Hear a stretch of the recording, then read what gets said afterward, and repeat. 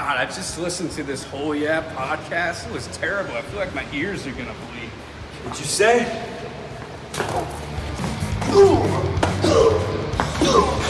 This is Darby Allen, and you're listening to Gimme a Whole Yeah podcast. Hello and a very warm welcome to the Gimme a Whole Yeah Wrestling podcast. My name is Ann. We're going to be joined in by Dan in a bit, I assume, after he finishes his stream. I need to look if he's online on there. No, he's not. How are you guys doing? Lovely to see you all. Thank you so much for choosing to hang out with me on this awesome Wednesday. It's Wednesday. Oh, JR's voice. Yeah, absolutely. Oh, nice. Eve is plugging us in chat. I am loving this, man. Can we play it now? Is it live? It is live. Pentagon's out. What's up, Danny? Lovely to see you, man. Thank you. I've got the sound on the Eve stream right. I'm leaving. Okay. Bloody Pentagon versus Cody Rhodes happening tonight.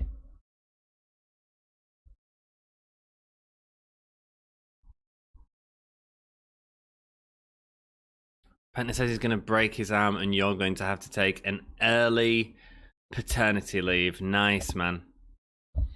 We've got 8 people already. Dudes, you guys rock. Thank you so much. Dan's stream was great tonight. We just watched a wonderful match between Maki Ito and Session Moss Martina, the local drunk of Eve Pro Wrestling. Absolutely hilarious. Brilliant match. Sorry, that's why we were a bit late, because I was just like, I'm not leaving this match. It's hilarious. Wednesday, the greatest day of wrestling. Absolutely agree, Jake. Cody Rhodes coming out now. You sound so excited that it's only 12 and not 1 a.m. Absolutely. And I'm at work at 7 in the morning. But I am so excited. So bloody excited for this main event tonight. Thunder Rosa, Britt Baker. Mate, it is going to be banging. MGS Groove look good together getting off the plane. Pit Viper, I think I just missed it because I was watching Eve stream and it was brilliant. Session Moss Martina and Maki Ito. In a moment, we're going to be joined by Dan, who's the wrestling producer for Eve Pro Wrestling. So just stand by for that. I'll get it ready. Penta now attacking Cody in the corner, starting off the match fast, starting off this special event really quickly. Louis N, I saw you in Eve stream chat. Lovely to see you, my dude. We just done a watch along of it on the channel, actually. It was really good fun. Penta versus Cody should be entertaining as hell. Jeremy should love that match. Mate, this is freaking awesome. What an awesome start to this awesome stream. It's just a shame my man's Dan's not here. Where is he? Danny, let's call him. Let's see what he's doing. Do. He'll probably get a message on his phone or something saying I'm bugging him. Oh, kicking Cody's leg in the corner. Cody's entrance is so self-indulgent, but great. It absolutely is, man. It absolutely is. Everyone's dressed in green, of course, for St. Patrick's Day. Well, Penta's not. Did he come out in ring gear? Oh yeah, hi again. Lovely to see you. Raymond, thanks for joining us, man. Danny Hargreaves, welcome, my dude. Red Bull and Pro Plus will keep you going. What a way. I don't do Red Bull. I'm trying to be healthy. Cody's entrance is so self-indulgent, but great. Yes, it is, man. Penta smashing Cody in the corner. I mean, this is a matchup, isn't it, my dudes? Isn't this a matchup? Wow. What a kick-off match. I'll tell you what, AEW have been doing this last few weeks. We haven't been getting as many tag matches at the start, have we? Oh, I'm saying that. We had Matt Jackson and... No, it was only... Was it Nick versus Phoenix? It was, so it was singles. Headbutt there from Penta. This is pay-per-view quality... not necessarily match, but yeah, could be. Oh, swing blade. Nice. Jack, I've said that for ages, but he has toned it down lately. What, the Cody's entrance? Oh, I don't know. It's very self-indulgent. I love it. It's fine. Good for him. make the production look great. I mean, bearing in mind, we've got Moxley, Kingston, and the Good Brothers tonight. Wow. Unsanctioned, lights out match, anything goes. Thunder Rosa, Britt Baker. Dudes, apparently there are spoilers out there for that. Please don't put them in chat or Jack will be timing you out this evening and deleting the comment straight away so that Anthony doesn't get it spoiled for him. Thunder Rosa and Britt Baker, I am so looking forward to that match. I've heard that it's brilliant. That's the only spoiler that I've heard. Backstabber, jumping over the back of him. Beautiful stuff. Oh, I'm not in green. Only Irish thing with me is my citizenship. Nice one, Jackie boy. You're not. You've got your Becky Lynch shirts on, haven't you?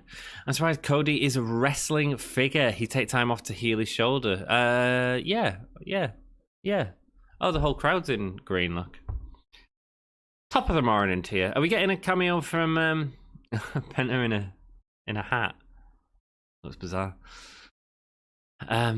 Danny, you're smarter than the average bear then. Yes, he is. Danny is smarter than the average bear. Pit Viper, we have to pay with a 5-man tag tonight for all the singles. Have we got a 5-man tag? Oh, have we? Thank you, Pit. Who's that between Pit? Lovely to see you, Pit. Thanks for joining us. Pentagon going up onto the apron now.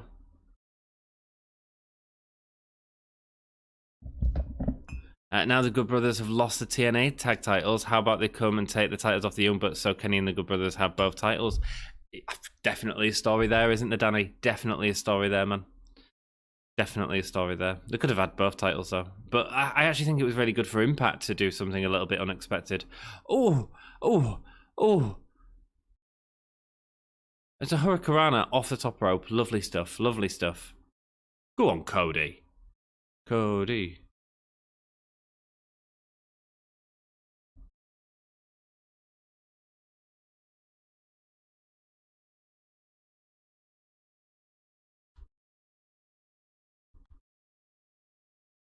Penta going to the outside now and a super kick to the side of his chest there. Hang on, Becky's Irish. Yeah, I believe so. I've heard rumours.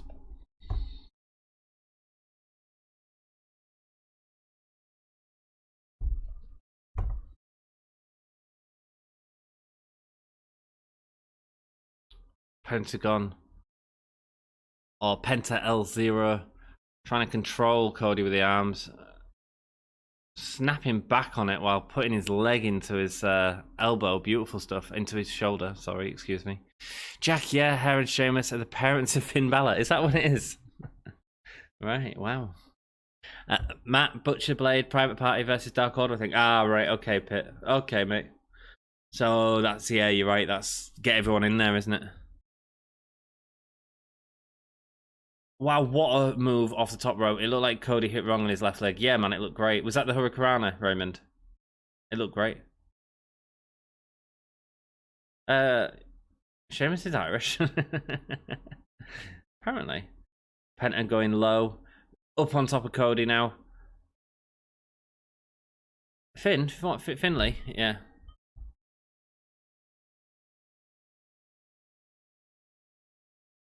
Hello. Can you hear me, Dan? Can you hear me, Dan? Sorry, guys, I've just got Dan on stream.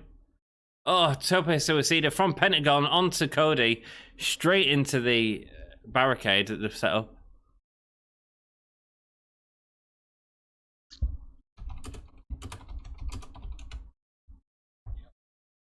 You can almost hear me. Lovely, no worries, man. I'll get you on in 1 second. Jack the Butcher and the Blade look like they're old enough to be the original 4 Horsemen, mate. Mate, I love the Butcher and the Blade. I think they're great. Yes, and Sheamus is also ginger, and he's the second greatest human being ever behind me, says Jake. Yes, he is. I think you're a better human being, if I'm being perfectly honest. I'm just going to get this set up, and ladies and gentlemen, I've got a very special guest here. It is my friend from Pro Wrestling Eve. It's Dan. Hello. How are you doing, man? Oh, I have had an evening. I have had a day. I knew I was going to have a day. My body last night decided 3 hours 35 minutes. That's all the sleep you need. Oh no, man. So that's been my day, and then of course it just continued to be like that as a day, and then at about I don't know what it was, 10:30 or something, you messaged me to say, so it's only an hour stream then. Oh, Crossroads. Oh, I know. I'm getting the Crossroads now. Maybe and it's there's not the a Crossroads then. And there's Maybe the pin. he counters it. Everyone kicks out of the crossroads now, Dan. Everyone kicks out of the crossroads. What an exciting match to start this off, Dan. What's his finish then? Is it 2 crossroads? It's 2 crossroads now. Yeah. Oh right, okay. Yeah. Okay, you can't finish with 1 anymore. No. I think Orange Cassidy kicked out of 1 crossroads, for God's sake. Hey, Say again? He's tough. He's tough. Are we going for a vertebreaker? Maybe we're not going for a vertebreaker. Don't worry. What are you doing? Put him down. I'm calling the match, Ant. I'm calling the match. Mate, beautiful. This is a kick out. It's a kick out. The kick out of everything, Dan. What an opening match. Absolutely agree, Pip. Raymond Hugh has joined us. Welcome, my dude. Can we just say what an Eve stream that was, Dan? Oh, thank you, because I literally pulled that one out of my ass. Maybe not literally, but figuratively. I pulled that one out of my ass. Raymond is... That was not the 2-hour St. Patrick's Day Eve that I had edited and put together. When he's like, we couldn't have an Irish stream without... And I'm going, Rhea O'Reilly. And... Not the Irish one that's known for getting drunk. You didn't go down that route. I didn't go down that route, no. But I'm loving Rhea at the minute. Rhea's outstanding. Yeah. A great opening match, and note that Aubrey is the ref. Absolutely. Aubrey's outstanding. Oh, he's won matches with another move, hasn't he? Has he not won matches with a figure 4? Figure 4, yeah, he's done with the figure 4, yeah. I don't think he's winning this with a figure 4, though. Why is the ref holding his hand? You can't do that. So Aubrey, you're cheating. Trying to help get through. Big hello, big thank you to everyone watching. Thanks so much for joining. Greatly appreciated. I made it here eventually. It's all good, my dude. Oh, it's all good. You've had a rush night. Mate, my day. You know how, let me tell you, right? This is how my day has been, right? Even when I logged on to Fight, it decided to play it in Spanish. Why? It's never done that before. Dude, it didn't decide to play it in Spanish. You clicked on the Spanish link. There's a Spanish link and a British link, and you went for the English. Excuse me. There's the angle we called last week. No, I didn't click on it. It just did it itself. I know this is going to be a finish, isn't it? Yes, it is. There's the angle we called last week. No, Cody's going for the quick roll up. 1, 2. That's what I was referring to. Yeah. Now, is he going to do an injury angle now? Are they writing Cody off TV for a bit? I'd like to have seen a tighter cradle, of different variation of a cradle. Okay.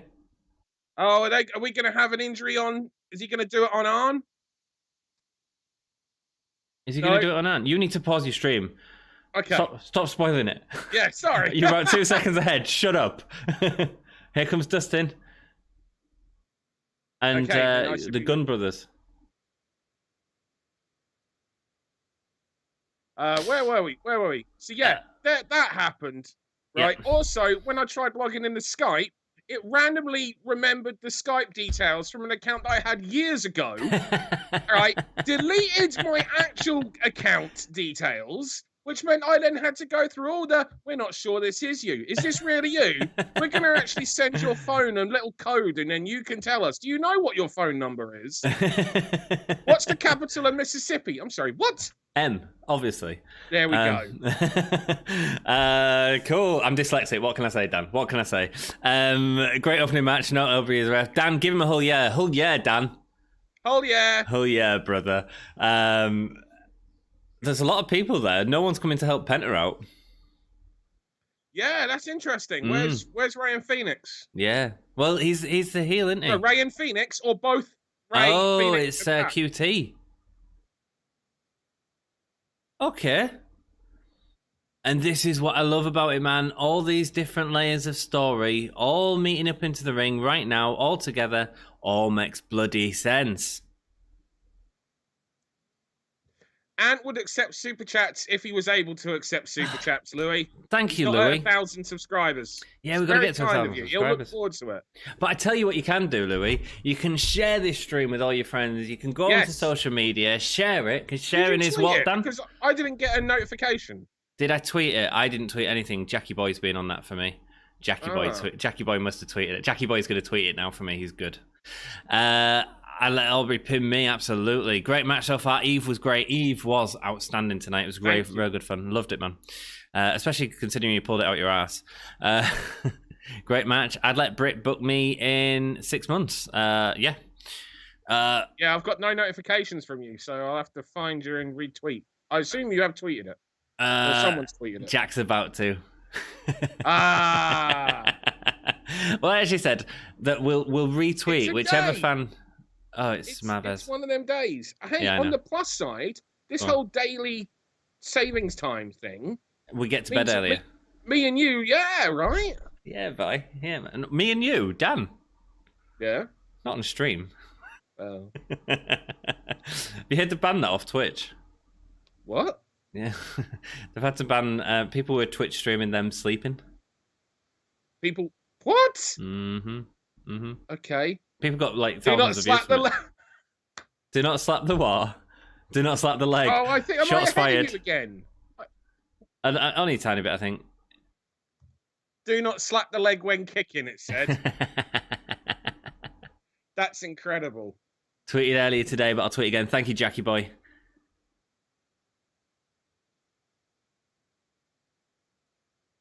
So we've got a promo at the moment, and Don Callis is doing the whole, like, why aren't you guys like you were in Japan? What's going on? Been here for a while, and there's not really to say about you. Marbez in the background.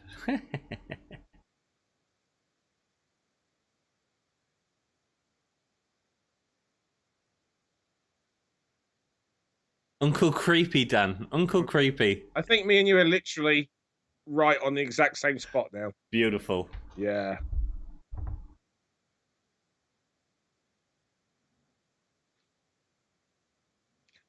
One thing that I don't like is... Oh, Dan, you just broke up. Hello, Dan. Stop. If you can hear me, stop for a minute because you've frozen. Of course we're going to have issues. The guys that he had in New Japan think about that. We have perpetrated, or perpetuated, sorry, over the last, 25 years. Yeah, I think you're back now, Dan. Oh. We missed all of that. You was frozen for a second there, mate. And that's how I saved that orphanage.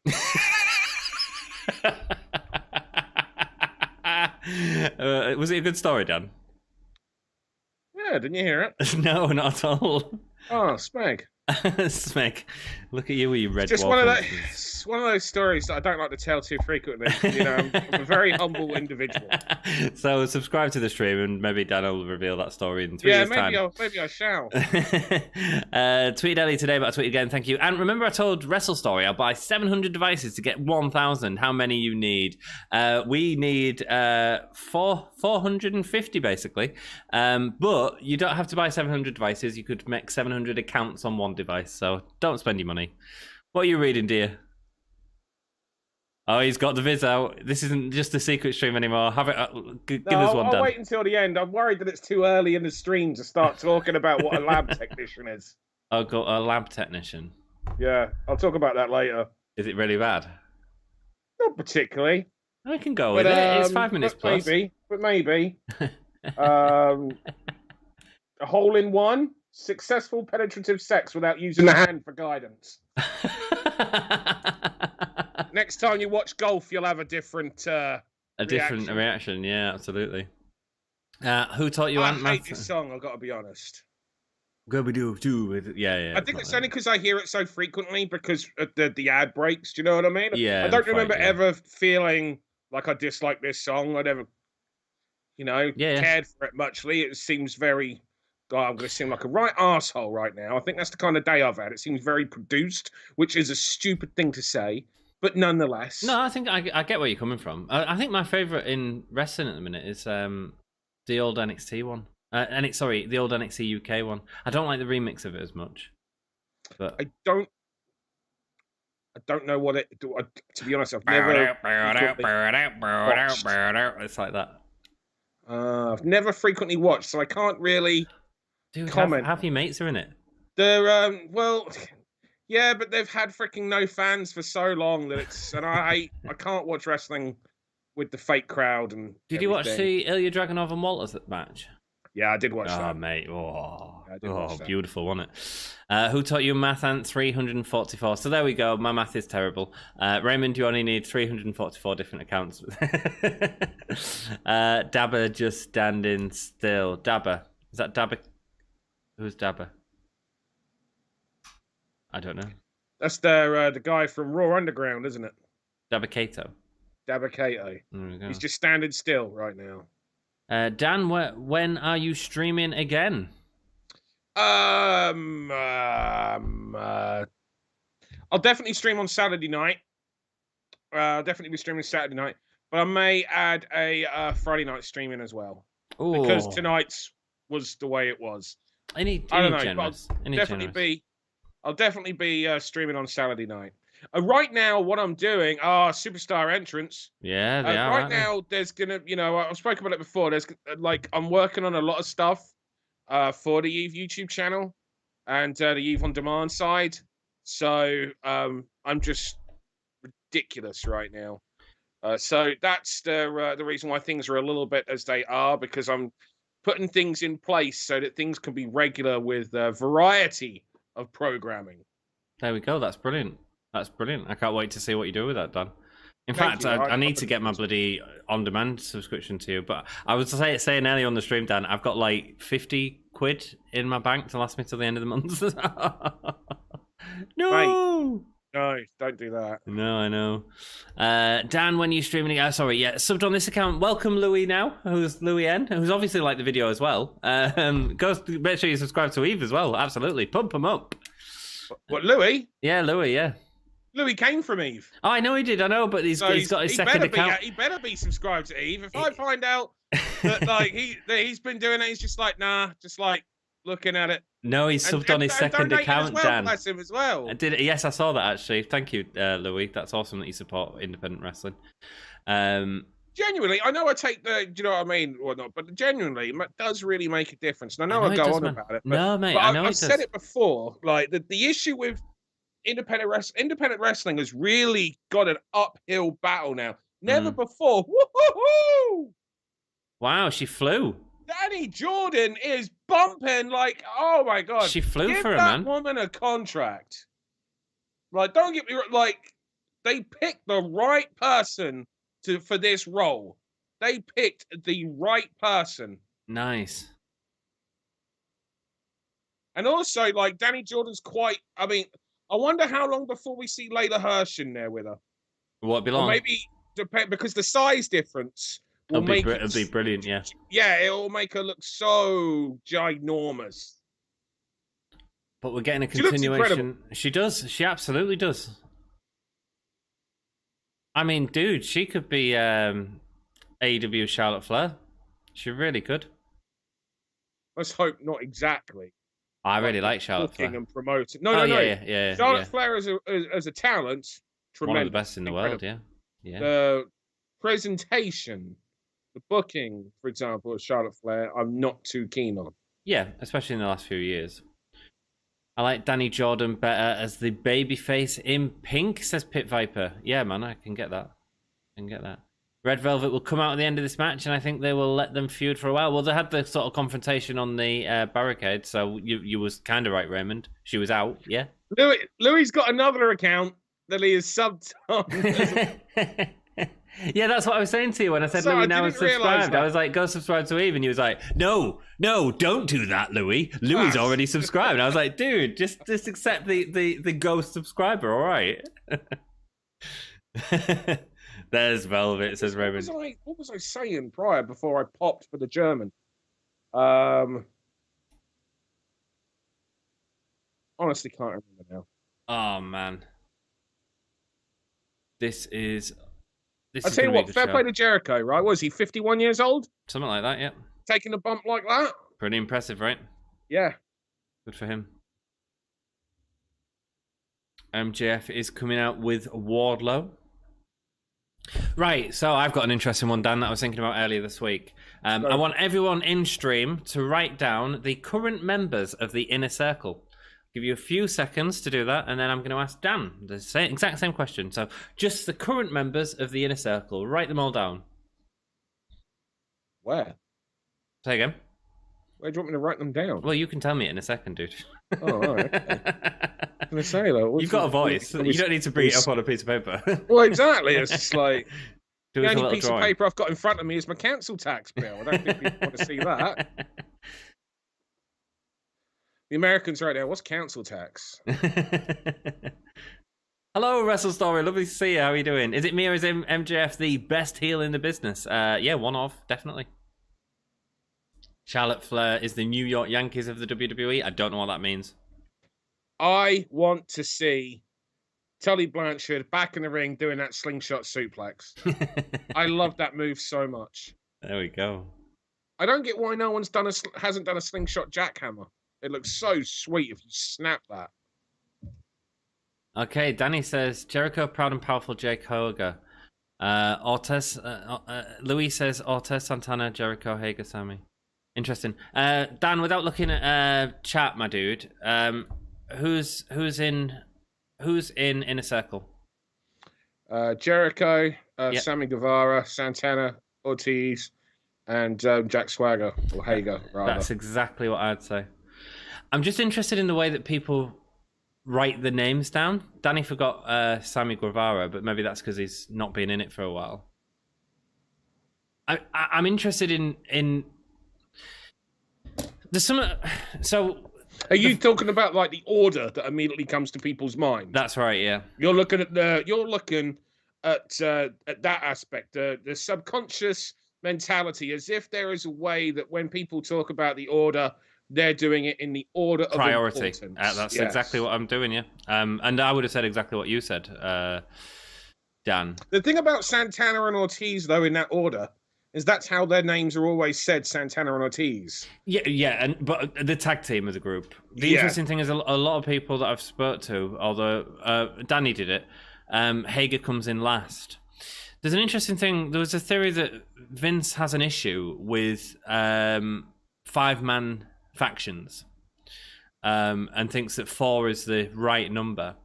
And I wonder if that has merit, because this 4 horsemen, or the horsemen, or whatever you want to call them, feels a little bit too big to me.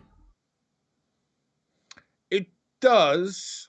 I see what you're saying, but is that? I mean, who have we got here? Well, you tell me. It's not really. It's only 4 wrestlers and a manager, is it not? No. Who am I forgetting? Oh no! Right. So without looking at the screen, Dan, no longer look at that screen. Eyes closed. Who's in the horsemen? FTR. Yeah. The Perfect 10 guy. The MJF and Wardlow. I've just said 5. You said 5, yeah. But isn't it interesting that you said 4? Do you know what I mean? Yeah. And I wonder if people see Wardlow as an outsider to the faction as well, or if he's the bodyguard to MJF and the rest of the faction of the 4 horsemen, or what? No, to be honest, I think I'd just forgotten about Sean Spears. I thought you did, yeah. Raymond says mine is Jericho, Sammy G, Ortiz, and Santana, and Jake. Yeah, that'd be mine as well. And that's what I would say the Sean stands. Spears thing is purely on the basis that he hasn't featured prominently recently. So right now is when they really should be helping to, change that and, make sure that we understand that, he is important and not and I hate to use this as an example, but the Bobby Eaton of the group. And what I mean is Bobby Eaton was a part of the Dangerous Alliance, WCW 1992, one of the greatest factions of all time. My personal favorite all-time faction. Okay, who was in that? Oh, I'll tell you. Ravishing Rick Rude. Ooh. Stunning Steve Austin. Yeah, the he's all Enforcer right. Arn Anderson. Who? The Cruncher Larry Zbyszko. Okay. And beautiful Bobby Eaton. 5. Nice. 5, okay. 5. And that works, did it, as a 5? Oh my God, did it. Right. But Bobby Eaton was usually the guy that laid down. Okay. And I always am a little bit when there's a specific guy that lays down. Did you just call him War Dog? Sorry, go on. No. I prefer the name War Dog than I do War Dog. I do, yeah. The best big man in professional wrestling. big man, though. I mean, he's not. The thing is, you look at him and he's not that much bigger than MJF. No. And when we saw him up against Eric Rowan, he looks small, minuscule. Yeah. Hey, look, Squirrels joined us. How you doing, man? Lovely to see you again. I've not seen your channel for a while since you did the Christmas Advent calendar. Nice to see you, my dude. Sammy Guevara left after the issue with MJF. Yeah, but he came back last week, Danny. The order. My order was in terms of relevance in the group. Yeah, that's exactly what I was that's what I was getting at. I was interested in seeing what that was. Yankees are supported by New Yorkers and fair weather fans only. Nice. I have a feeling Wardlow isn't going to be part of the group in the near future. Potentially. What, you or someone else said that in the chat? Wrestle Story. Don't know if I agree with that. Because the 5-man is there for Inner Circle, but after that's done, what do? Go on to Nightmare Family? Does that not feel a little bit small for either of the factions, really? Which is what, sorry? The Nightmare Family? The Nightmare Family, that I couldn't tell you who the people were. No. Lee Johnson.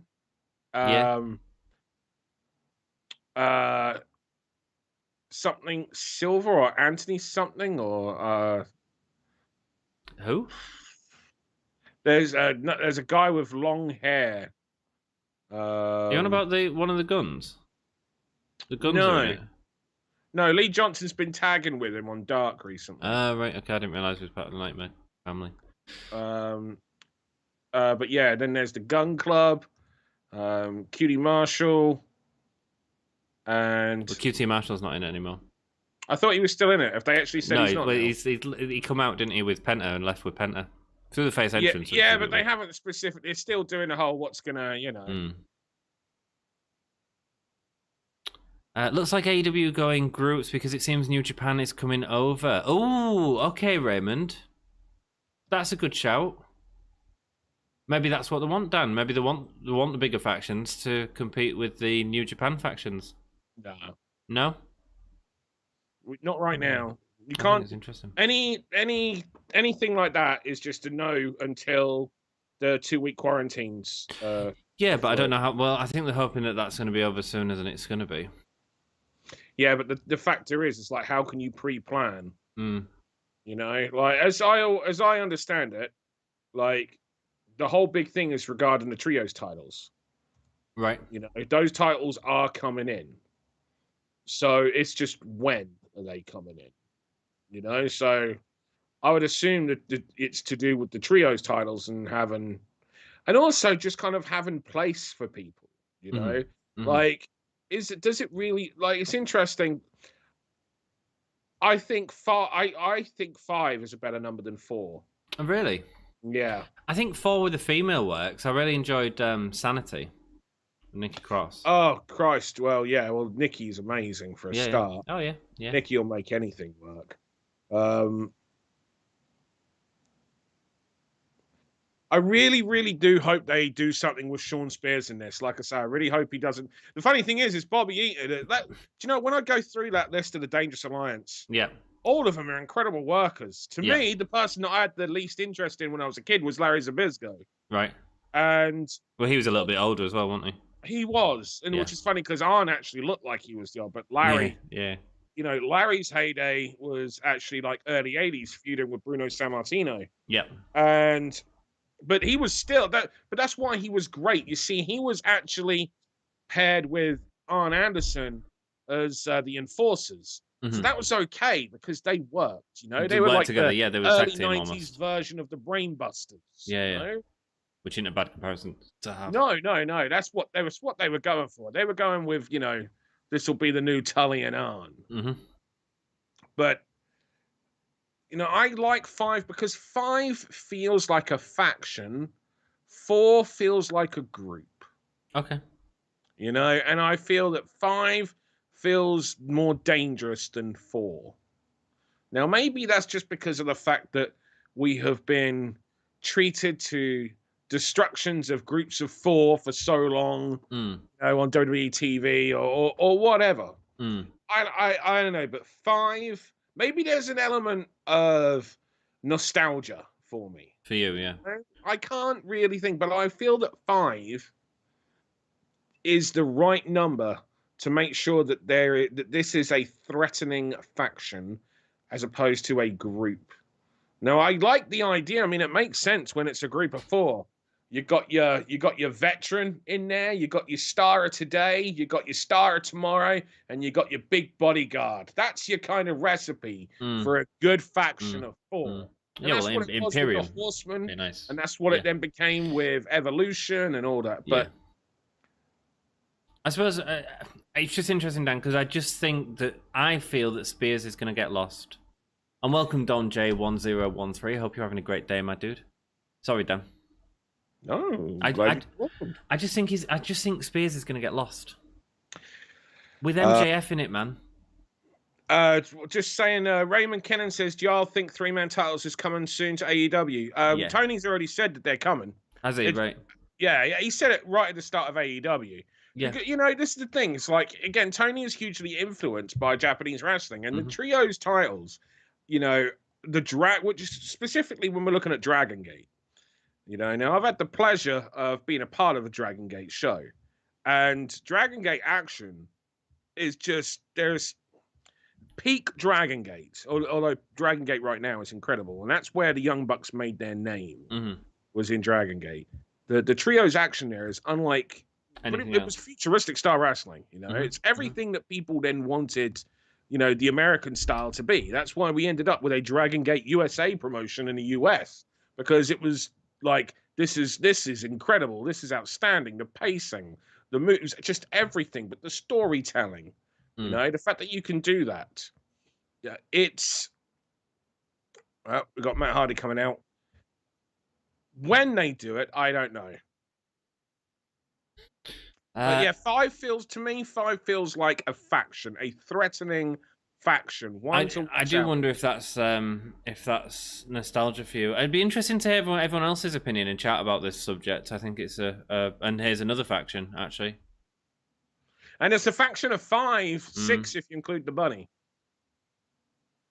Yeah, you're right. And right there, you've got the opportunity for a trios tag and a singles champ, or 2 singles champs as well, or a trios champs and a tag champ, or you know, there's lots of options. That is 100% who Inner Circle are feuding with after this. Jake says, Dom says MJF looks like the Miz. Similar sort of heels, actually. I just think the MJF pulls. I think Miz has got a bit stale, but I think MJF is just fresh to us all, so maybe it feels a little. But they're very similar characters. I think he means like visually. Yeah, he does. Yeah, as well. Like, yeah. And I agree. I can see that. It's clean. I can totally see that. They're both clean. Pete, yeah, that should be great. The Blood and Guts match. I mean, I assume that's happening, but I didn't. Did they announce that then? Because we were sort of talking through it. It just seemed like the Blood and Guts match. We would. Yeah. I assume it's. I mean, I can't imagine they would announce it just like that. Okay? No, I can't imagine they would. But it's happening, isn't it? It's happening at the next pay-per-view. I would assume that's what we're building for, yes. Yeah. Because at the next pay-per-view, I would imagine they're anticipating having an audience. Yes, more of an audience than they've got now, even. And actually, I don't think it's working bad with the audience. I don't agree with it, to be perfectly honest. Well, right now, you know, AEW have announced that there's going to be they've started announcing rescheduled shows, and I can't remember if they start in August or September. Oh, that's quite a way away. They've announced some rescheduled shows, right, including like Rochester and everything, which I imagine will be a big Brody Lee celebration of sorts. Yeah. You know, but yeah, there's. What do you think of WWE changing the capacity for WrestleMania from 45,000 a night to 25? I don't think they had a choice. I think they got told by the state to do it. No, the state are all for. UFC are running it with full capacity. Really? Yeah. UFC are returning in April with full capacity in Florida. I mean, we're in a pandemic right now, There's no restrictions in Florida anymore. Oh, Jesus. I don't know. I don't agree with it personally, but... Oh, shit! Oh, careful. Nice saved. He just said Oh. thanks. Yeah, the Well butcher. done to the butcher. Yeah, I think absolutely caught him. I think it was the butcher. I know. Yeah, it was, Holy yeah. shit. Oh. Here comes Doink. Oh, no, it's Marq Quen. Well, the next pay-per-view is Arse End of May, so audience is not absurd. Yes, Jack. And now the Who hasn't wrestled in a while match. Yeah. Well, they're trying to get Bear County over, aren't they? Which makes sense. And my personal belief is that WrestleMania, correct me if I'm wrong, is in 3 weeks' time. Yes. Something like Right. that. I think the reduction to 25,000 a night isn't because of the recent breakout in NXT at the Performance Center. It's because that's how many subscribers have got on the network now. Right? But I believe it's because they do not think they can sell 90,000 tickets in 3 weeks. And I don't think they can sell 90,000 tickets in 3 weeks. Not without travel restrictions as well. Right? So I think get what you're saying. You know, if they can do 50,000 tickets, now not 50,000 different people, Yeah. but 50,000 tickets, I think that's incredibly impressive to sell 50,000 tickets in 3 weeks. In Florida alone, basically, because that's what it's going to be. They're going to be giving away tickets, Dan. I think they will. We might have a WrestleMania where they give away tickets. Yeah. It'll be interesting. What's also interesting, I mean, I don't know. Some of our American friends in the chat would have to tell us is, can people travel in to Florida for a big event like that? You know, let us know. But it's interesting. I don't think that they can sell 90,000 tickets in 3 weeks. And I think they know that. And I think there's some face saving going on here. 90,000 sales in 3 weeks at their prices. Yeah, it's an interesting argument. I would imagine that they wouldn't do their normal price. I would imagine they would do some deals. I would imagine they'd keep the front rows to their normal prices because people will pay that. There are always going to be people that will pay that. Yeah. For those front rows. Maybe some of the other ones, though, maybe they'll go down. Maybe they'll do some deals. Yeah. But yeah, no, those front, you know, if I think all the expensive tickets would sell and will sell quite quickly because you're dealing with like your diehards. But yeah, let us know in the chat if any of you know, can people from outside Florida travel in to watch WrestleMania? Anybody know the real reason Spears took time off? I've seen his promo he left, but didn't hear anything else, so I'm guessing it was a storyline promo. I'd have just assumed they didn't have any stories for him. Well, he had that thing with Scorpio Sky, and that was pretty much about it, wasn't it? And the Iron Glove thing, but I think they were probably waiting for this. I think they knew this was coming. And There we go. Raymond Cannon, yes, they can travel in from any state, no restrictions. Oh, right, so they should do all right then. They should do okay, but I still don't think they could do 90,000 tickets over 2 days. I think 50,000, that might actually be possible. Well, we'll never know now, Dan, because it's 25 per day, isn't it? Well, if they don't do 25, then we'll know. The thing is, they're going to announce 25 regardless. Oh, yeah. What's interesting is, what was the WrestleMania where they did 101, where they announced 101,000? Was it like 33, 34, something like that? 33, I think. The Florida one. Dallas, something like that? The Florida one was the big one, wasn't that where The Rock come out and announced and then squashed Eric Rowan? Yeah, it may have been. Yeah. It may have been. So they announced that it was 101,000 and something, if I remember correctly.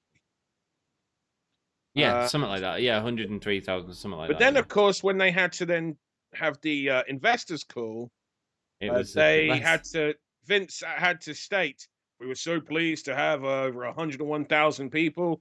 That wasn't paid, of course. You know, that's including the ushers and stagehands and people like that.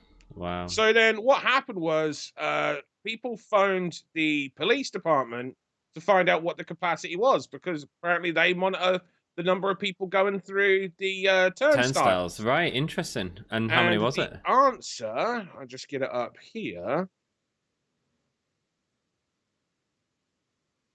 My inbox has just been mental today. So now I'm trying to find it.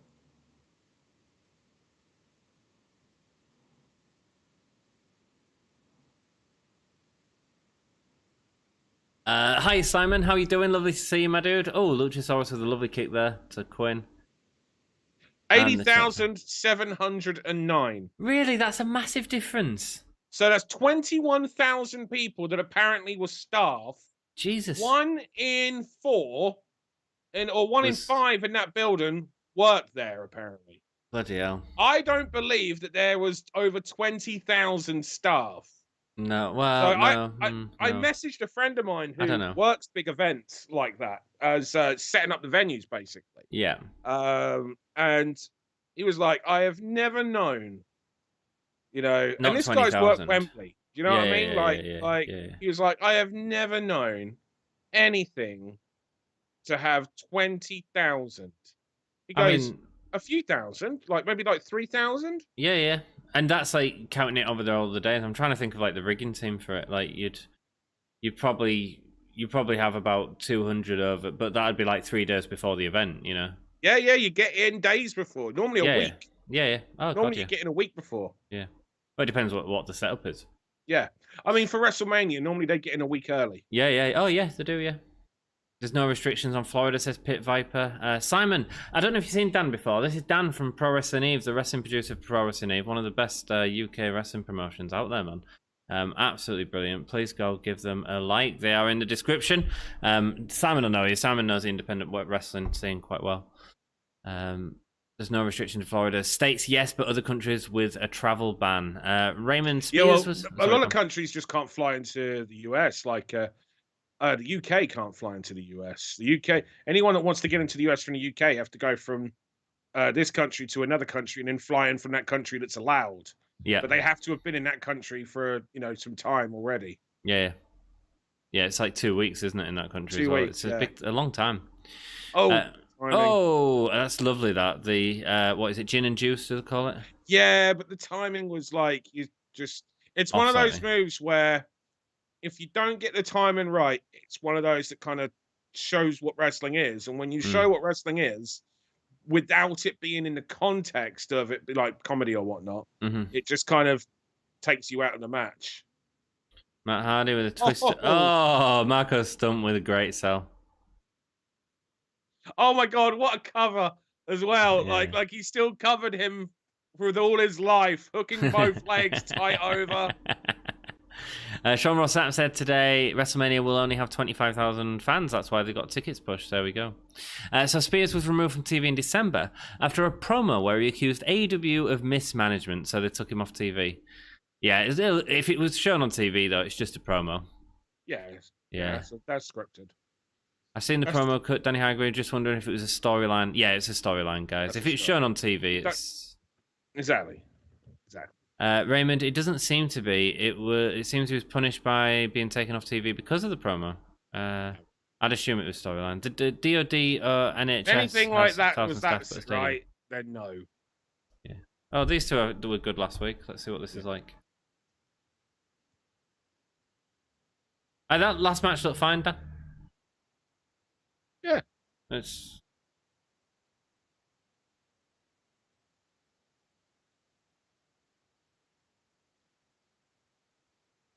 I wish I was sat in a hot tub, Dan.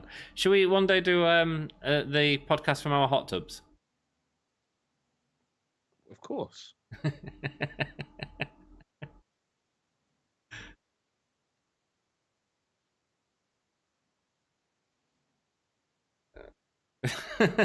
Taking the mick out the too sweet there.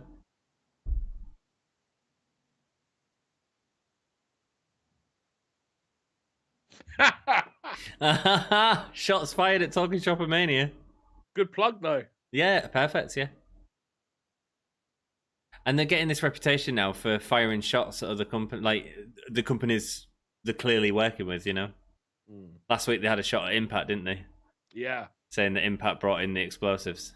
These two are so good together, that being Moxley and Kingston. Brilliant. Now, I didn't watch the TNA pay-per-view. Did they get involved in the tag title match, or was it a clean finish for the Good Brothers losing their titles? Let us know in chat, guys, if you saw it.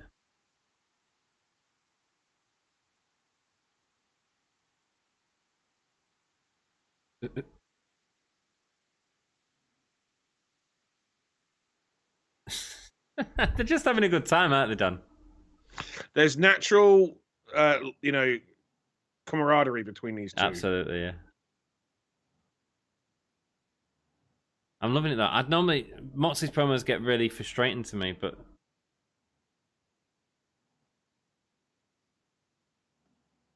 another shot fired at Impact. Mm.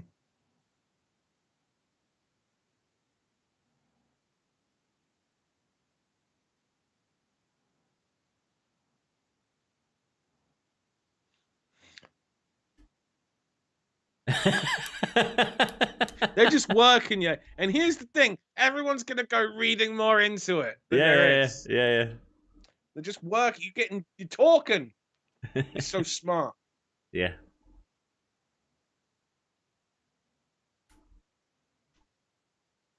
See you out there. Nice. Oh, it's coming up next. Nice. What? Yeah, we're On getting it this this show? week. Mate, have you not seen the full lineup for the show? It is incredible. Like that first match with Penta and Thingy as well. John Moxley, Kingston versus Alas, Jade Cargill. Oh, yeah, that's about it. But I think they're going to give some real time to this main event, Dan. That just seems like a bit early. So, Angle maybe? Dan, I'm going to go for a quick killer. break because I've been streaming for 2 hours now and I need a pee and a cigarette. Is that all right? Treat it like it's your stream, man. Yeah, I do. I give people the purple curtains. So look, dude, honestly, right? I leave during a stream, like SmackDown or something. I come back, more people are watching. I think. Wow, those purple curtains are the draw, huh? Apparently, freaking so. All right, well, fuck off then. See you later. All right, now he's gone. Hey everyone, welcome to Gimme a Hole. Yeah, I'm Dan, and I'm not in Hull. I'm down in the south of England, where apparently it's probably just as miserable as it is up in the north. Maybe. I don't know. I always say, in the south, we get southern hostility. In the north, you get northern hospitality. I very much love it up north. Generally wanted to move there. But I don't think most of the viewers here are from either parts. Hello to everyone in the States. What have we got here in the chat? DOD is Department of Defense account. I have to scroll up. The DOD or NHS has 1,000 staff, but a stadium. I definitely need to read the other way round. Sean Ross Sepp said today WrestleMania will have 25. Yep, that's what we were talking about. See that promo cut? Just wonder if it's a storyline. Yeah, it'd have been a storyline. You wouldn't see it otherwise. Just when you think the string can't get any better. All right then. Big announcement coming soon. WWE NXT Takeover on night 2. WWE 2K20 Universe mode of NXT. Okay. Is that a big announcement? I feel like it's not, personally. Southpaw Regional Wrestling reference. Is that what was on that promo then? Someone asked me about intergender wrestling. I do. I just believe that wrestling is wrestling. No one needs to, end of the day, wrestling is a bunch of grown-ups pretending to fight rolling around in their pants. It's pretty much it. So, whatever way you can tell your story, whatever way you can show your art form, show it. Intergender wrestling's just a way of it. And I don't know who's Matic. Who's that? Louis Ann says, I'm in the States, but I want to visit you guys. I got a friend in the UK. Louis, once those doors are open to the country, you get on over here, you come down and hang out with us at Eve. You'll have a whale of a time. The team for New Japan Pro Wrestling, Juice, and someone else, I don't know, their names won the Impact titles. Yeah, that was Finn Juice. There we go. We've got Christian promo right now. My opinion, I feel he's really hard done by with how he's come into the company. By the way, if you haven't already done so, make sure you hit that like. I think Dom's stream hit Raw, so we should be able to do better than that.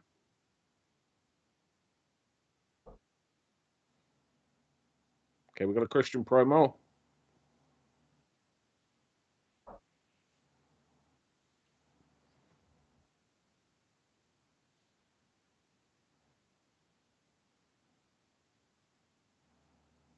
Yeah. Now, the reference that Christian said there, that John Moxley said that he thought he knew something about wrestling until he got in the ring with Christian, that is from Renee's podcast, which I highly recommend, by the way. The episode with Christian as a guest is only about 45 minutes, maybe an hour tops. Head on over to Renee's channel and give it a watch.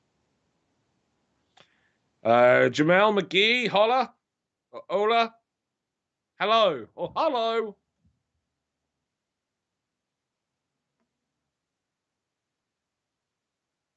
The thing is with all of the reaction, the unfair reaction to Christian Cage and how he came in, because quite frankly, people were dicks. You know, did AEW do something wrong by over-promising? I don't feel they over-promised, but should they have maybe announced it to get to the point? Because here's the thing, and Jim Cornette said something, and we all know, me and Corny, we don't see eye to eye on a lot of things. We've all seen the interactions between myself and Cornette over on the little Bluebird gimmick. The fact of the matter is this, though. When you promise something to fans that's a mystery and you give out something like this person is a Hall of Famer, you can never really live up to the idea of what fans think, because the fans have got this fantasy of what would happen if this person, and what would happen if this person, and what would happen to this person. And majority of the time, those are not realistic. And that's what happened here. Because Christian Cage as a signing for AEW is phenomenal. 7 years of not bumping. His body is going to be feeling better. All right, now we've got an angle going on, and the curtains are loving it. I can tell the curtains, they're so still there. They're just fixed to their screen, watching this. Moxley, Kingston, Good Brothers. So this ain't the main event. What is the main event then, yo? Ant was there saying, Dan, they're going to give time to this main event. Are we going to get 2 segments? Is that what we're getting? AEW has Christian Cage. They got Brian Cage. Will Johnny Cage from Mortal Kombat show up? My friend, if there is a link between the Mortal Kombat movie that's coming out soon and AEW, I could not be happier. Because that Mortal Kombat movie looks freaking sick.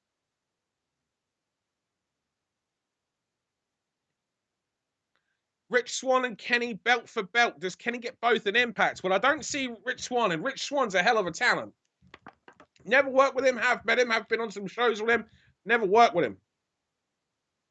But I have worked with his wife. His wife, Sue Young, has worked for me many times, part of the Eve roster. And I can tell you, if Rich Swann has got half the work ethic as what Sue Young has, which I believe he has and then some, then you're going to get something special, and he's not, he's someone that arguably should be in AEW. But I don't see them dropping Kenny Omega to Rich Swann. You know, the idea is to help Impact, I believe, and generate interest. Rich Swann doesn't lose anything by losing that title to Kenny Omega. If anything, by having the kind of match that we know Rich Swann can have, it'll be one of those situations where someone gets more over by losing than they would by winning. Because to be honest with you, I think fans would turn on the idea of Rich Swann winning.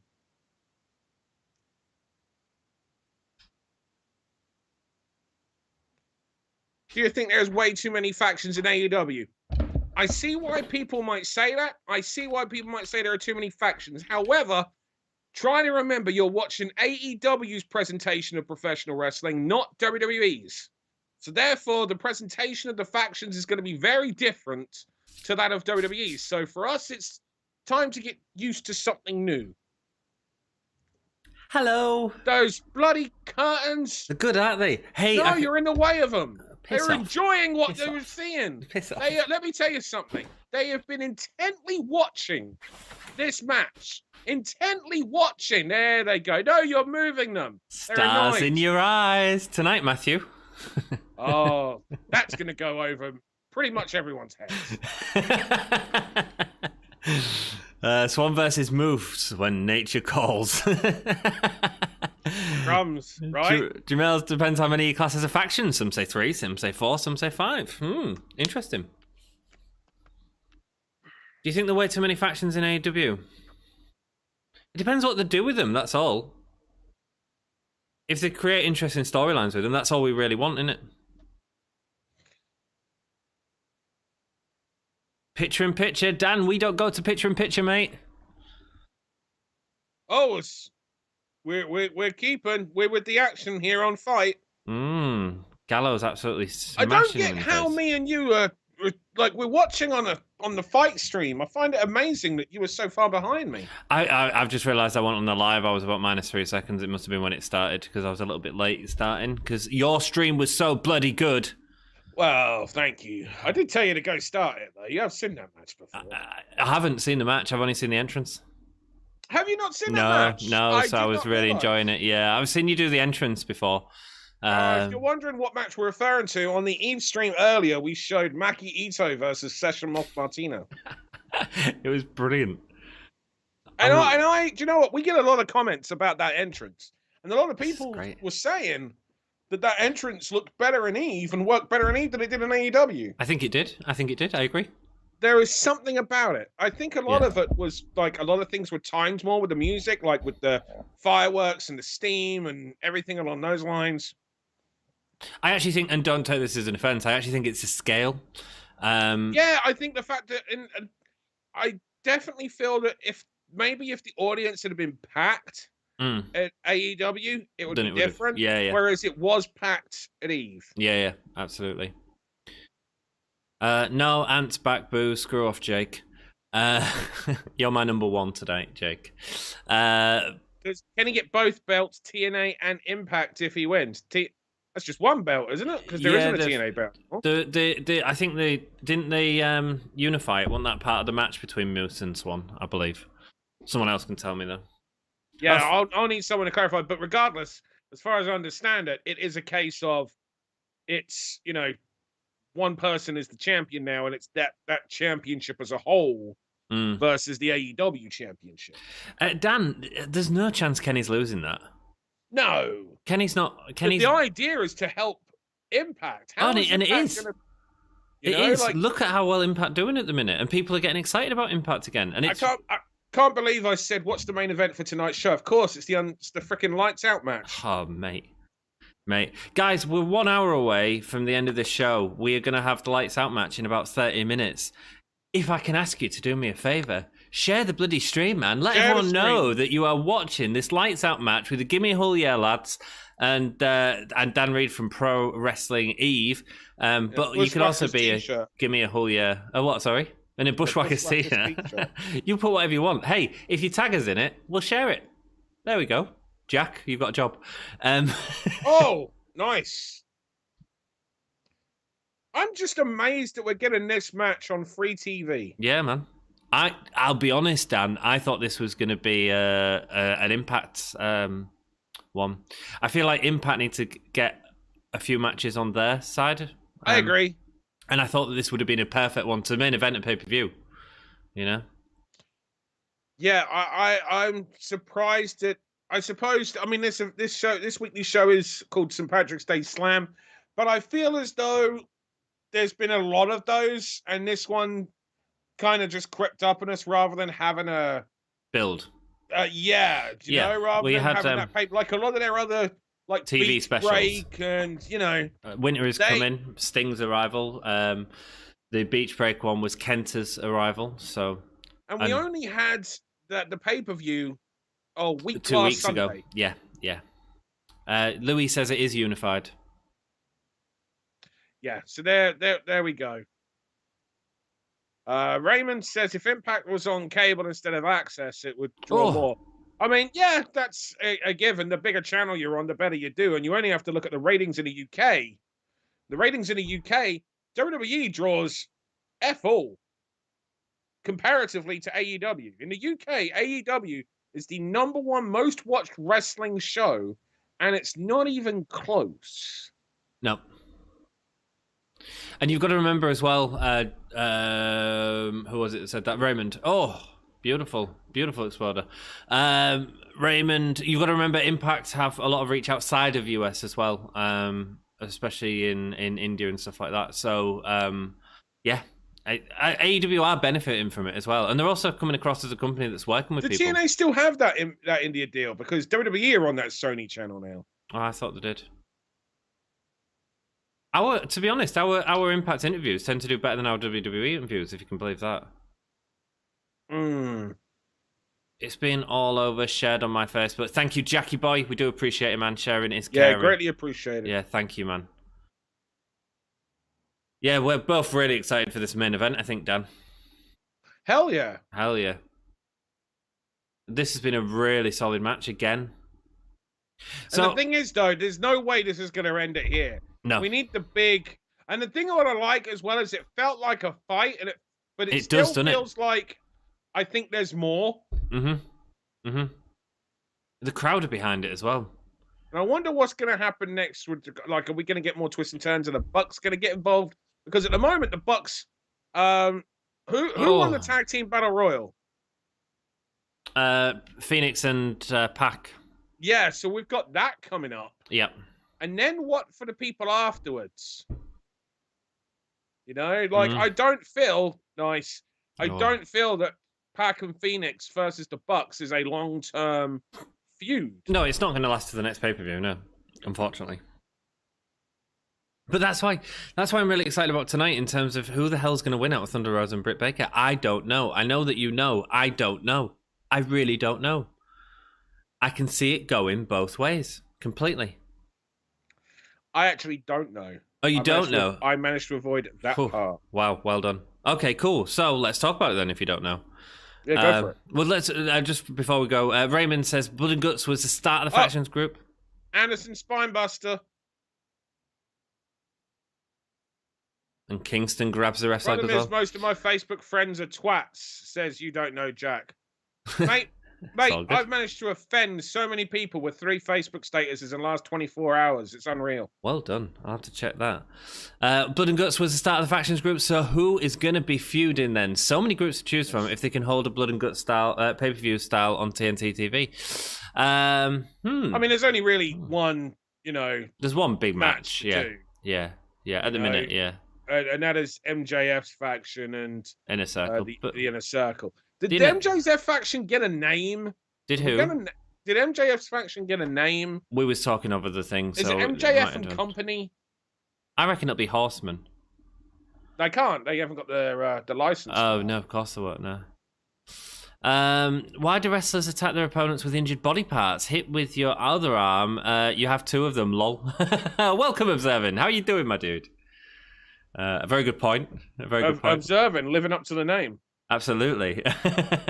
The most observing man on the Gimme a Hole Yeah YouTube channel. Dudes, like the video as well. It really helps us out, my dudes.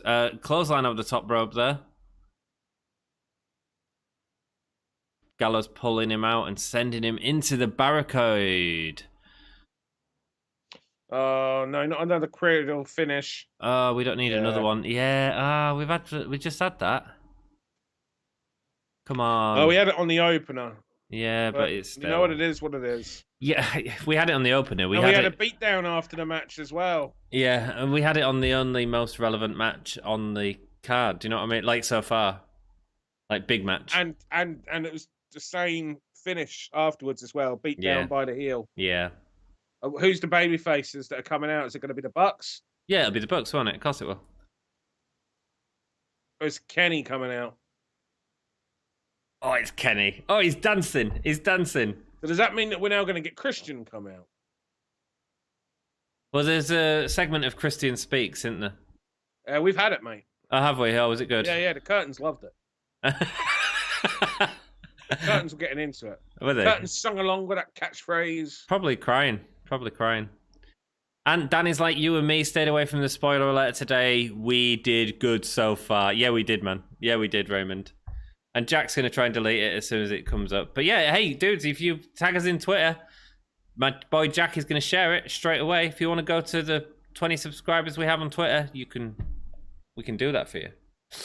Kingston turned face at the Revolution pay-per-view, observing stuff. Yeah. Kingston pushing off. He turned face when he came out to save John Moxley, and then the sparklers went off. I tell you, if Christian's coming out, I really hope we don't get the countdown first. Like, I'm gonna go out to save my friends. I think we're gonna get it because it involves Moxley and Kingston. As soon as my music's at the right moment. Yeah. I hate that. Steve Austin could get away with it because it was just glass shatters, boom. Yeah. You know, like, it's so quick. Nobody else can do a countdown, like, for running for a save. No, man. I agree. Like, I'm not even a massive fan. I think you shouldn't even always have someone's music play for a save anyway. Because the idea that, like, the person's backstage is just like, right, I'm going to go make a save. Have you got my music ready? Have you got your music? Come on. They're going to Pillmanize his ankle. Have you got the music ready? Ready? Oh, Christian don't give a Oh, and they've broke his ankle. They've written him off TV. Oh, well, maybe it is. Maybe they want to... Because I feel like that angle was to write him off TV for whatever reason. It had to be if it was going to be a big explosion. I like Kenny Omega, but MJF might be the best heel of all time. MJF is I'd say MJF is a better heel, but Kenny Omega just as a worker is outstanding. Roddy Piper. Jeremy, hi Jeremy, how are you doing, mate? Is your wife with you? And thank you for sharing that on our Discord, Jeremy. I've had a proper laugh. That was the best meme I've seen of the Dynamite explosion. That was hilarious. Oh, and they're writing off Moxley as well. And the New Japan Pro Wrestling Tag Team won the tag titles. Does that diminish Omega winning the World Tag Teams? No, I think Omega's definitely winning off which one. I can't see him. It makes no sense for AEW to agree. I mean, he might not win the belt, but he's winning the match without a doubt. The Omega thing, you've got to build it until so the Young Bucks are here. It took him a while to come down. Rich Swann to come out. That'd be interesting. Yeah, I agree. That'd be really good. That'd be a poppy moment for a big TV show.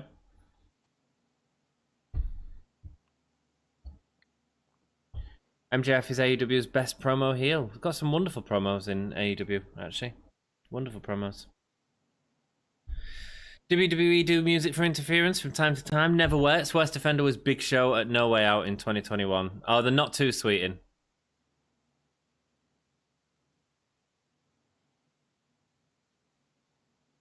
Dan, if we're getting this right now, what are we getting in this main event? Well, I mean, they're very different. But this is a show finishing angle, isn't it?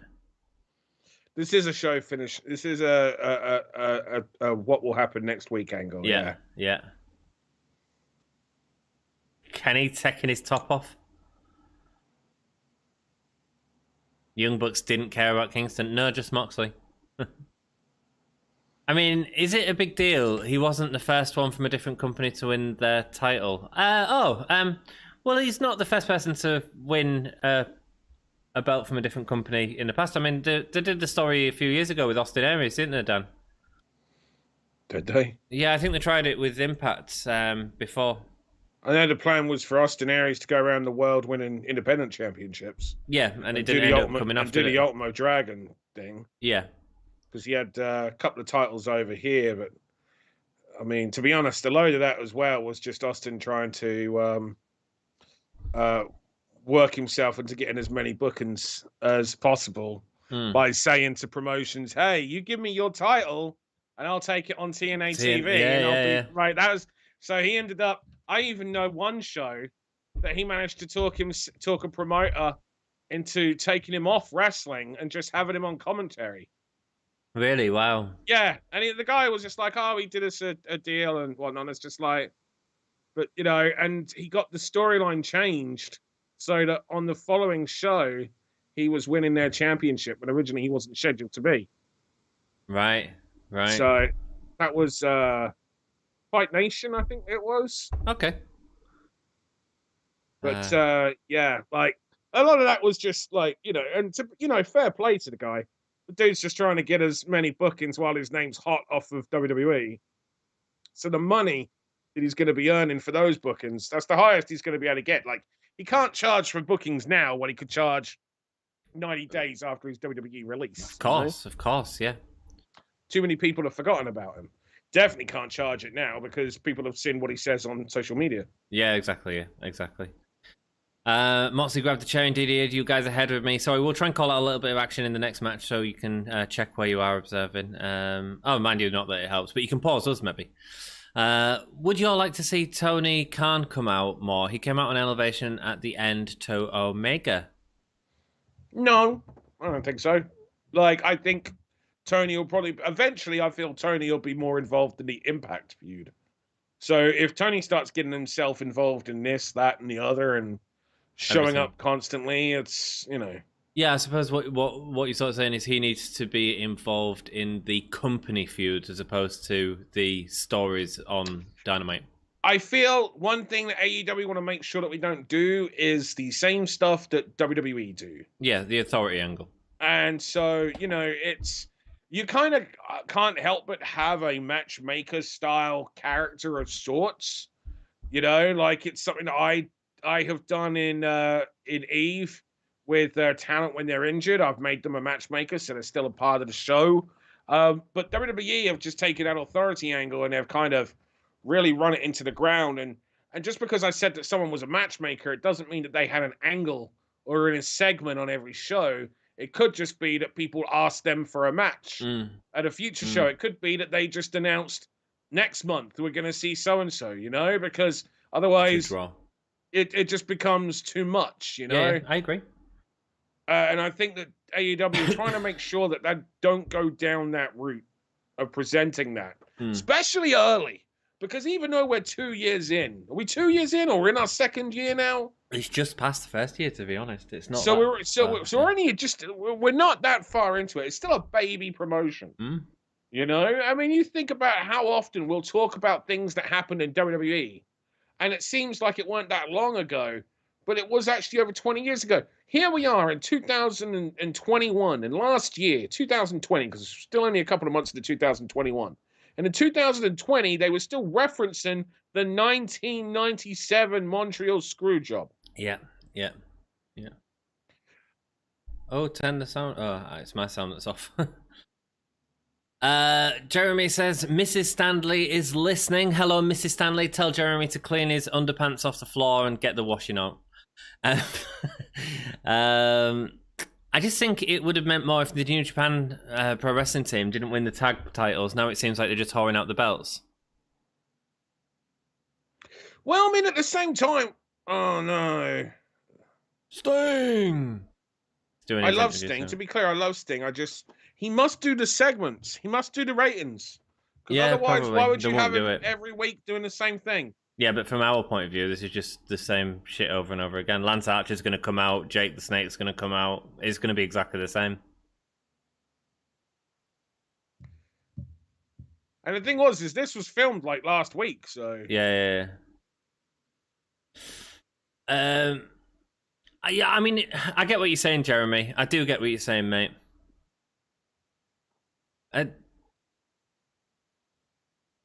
Crazy Ginger Jake Holden, you said you would work with Sandman. Could you share one or two stories about him? Because he was one of my favorite wrestlers ever. I'll do that at the end of this. Because we keep talking, you know, I want to make sure that we're talking about this. But at the end of this stream, I absolutely will. Remind us, Jake, at the end of the stream, please. Yeah, remind us if you would be so kind, please. Thank you, man. Elevation was awesome for first show. I'm glad you enjoyed it. I haven't seen it. I've only got so much time in the week. Yeah. It's hard, isn't it, man? I am toying. You know, I turned up and watched some of Raw. I was actually even toying at one part of messaging Dom. Yeah. And saying, do you want me to do Raw with you? And then I thought, what is wrong with you, Dan? you know, like, and I realized we're gonna have to do Raw at some point around WrestleMania. Yeah, we'll do the day after WrestleMania. Oh, Darby. Oh, come on. Yeah, 3 times. It's crap, Darby. It's crap. It's crap. Yeah, it is a joke. What is? He's only defended the title 3 times. Good lad. He wants to defend it week in, week out.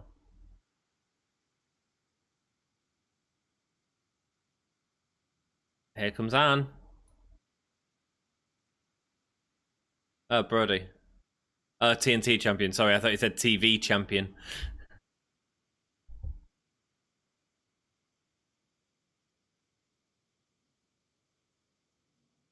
Who is it? It's Lance. Yeah, how many times? Like, Lance Archer's telling you the problems with the show right now. Which, to be fair, at least shows that they're they're aware. Mm. And they're trying to include that. The thing is, it kind of makes you feel that Lance is the babyface. Mm.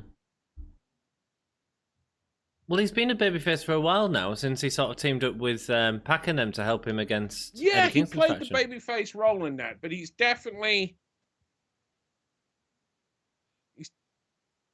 He's heel again. It's heel again. Yeah, but the thing is, I feel like he's just someone that's more. He is what he is, but I feel that maybe he goes too far face, too far heel to kind of, maybe not find that balance. Mm. But maybe when he's heel, Jake should do more of the talking. Mm. Mm. Well, that's what we're when seeing now. And when he's babyface, Lance should do more of the talking. Woo! Halloween Havoc 92! Spin the wheel! Make the deal! Come on, his glove too! Oh, dude, that's what we're getting. We're getting a spin the wheel, make the deal match between Lance and Darby. I'm here for... You mean Lance and Sting, yeah? No, Lance and Darby. What, spin the wheel for Yeah. Lance and Darby? Yeah. Why spin the wheel for Lance and Darby? Because their managers had the spin wheel in 1992.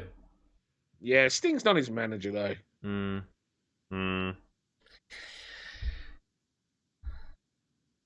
Who's this now? Oh, it's Team Taz. Oh, someone did a really good comment earlier that I missed about the Horsemen, or whatever they're called, winning the FTR championships. That'd be an interesting story. Vince Russo was the best authority, says Jack. Actually, Vince Russo is an authority character. No, I think he was more of a manager character, but when he was in Impact or TNA in the very early days, he was actually very good when he was managing AJ Styles. Mm-hmm. It's his company, so Tony... Sorry, go on. No, I was just saying, I really don't want to see Team Taz versus Sting feud in Derby anymore. I thought it was a great ending at the pay-per-view. Mm. But at the same time, especially Starks, and Cage is great as well, but Starks seems so safe to work with.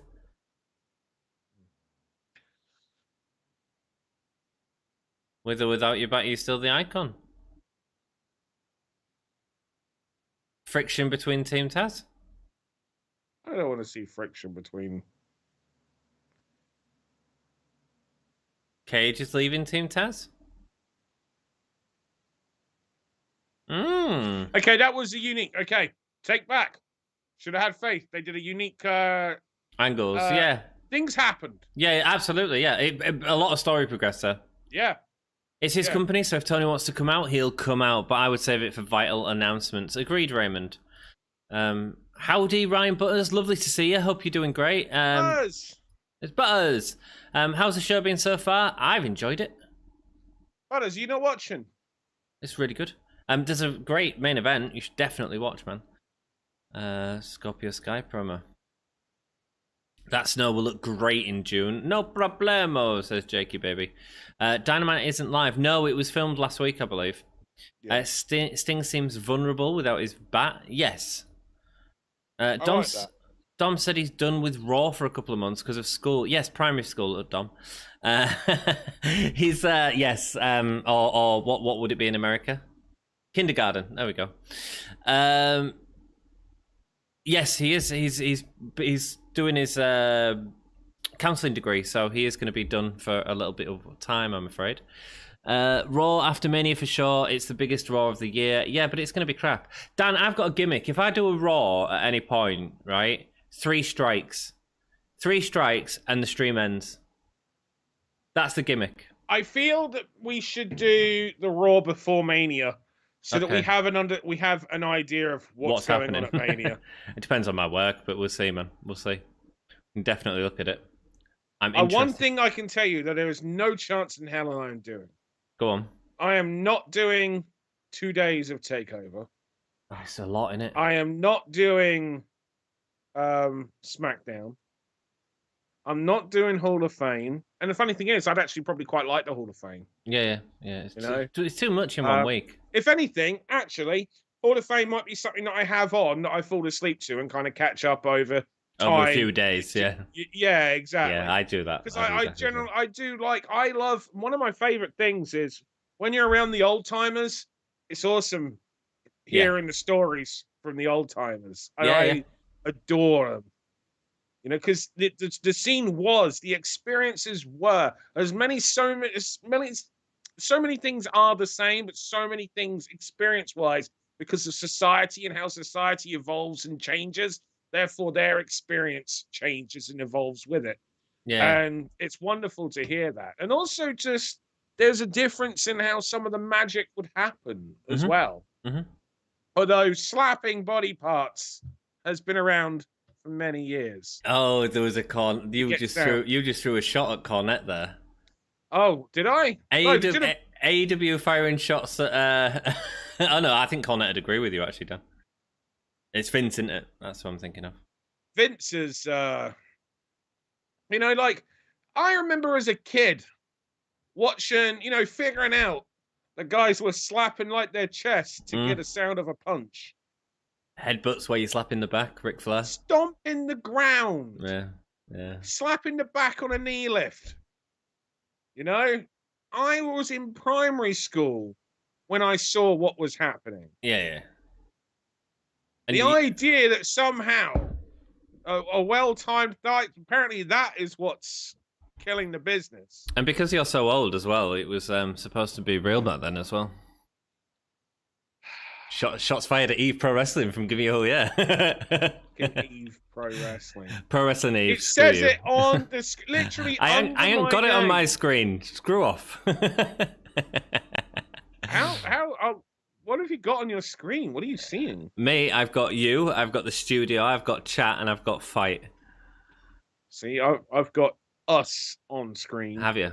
I mean, you fucking made the overlay, though. You should know what it says. I know what it says. I'm just shite, aren't I? You should have heard me getting the names wrong on Eve. Both Angelico and Ray Phoenix are amazing performers. I'd love to see this get 20 minutes on pay-per-view. Yeah, Angelico actually no stranger to the UK scene over here because of living in Spain for as many years as he could. So there we go. Nice insight, man. I love Angelico. I think Phoenix has been doing some wonderful work recently, like outstanding. This is really slow. Is Brian Cage going babyface so that he can form a tag team with his brother Christian? Think about that. Probably. Or a name change. Right, yeah, exactly. Because I do have an issue when you've got loads of people with the same names. Well, as kids, it's hard to understand. Why isn't he fighting with his brother? Yeah, exactly. Next year, I'm on it. He's heel again, lol. Plus, I'm 150, says Jack. Still not as old as Dan. Have you noticed that there are 27 belts for the men, but the women don't have an official tag team champion?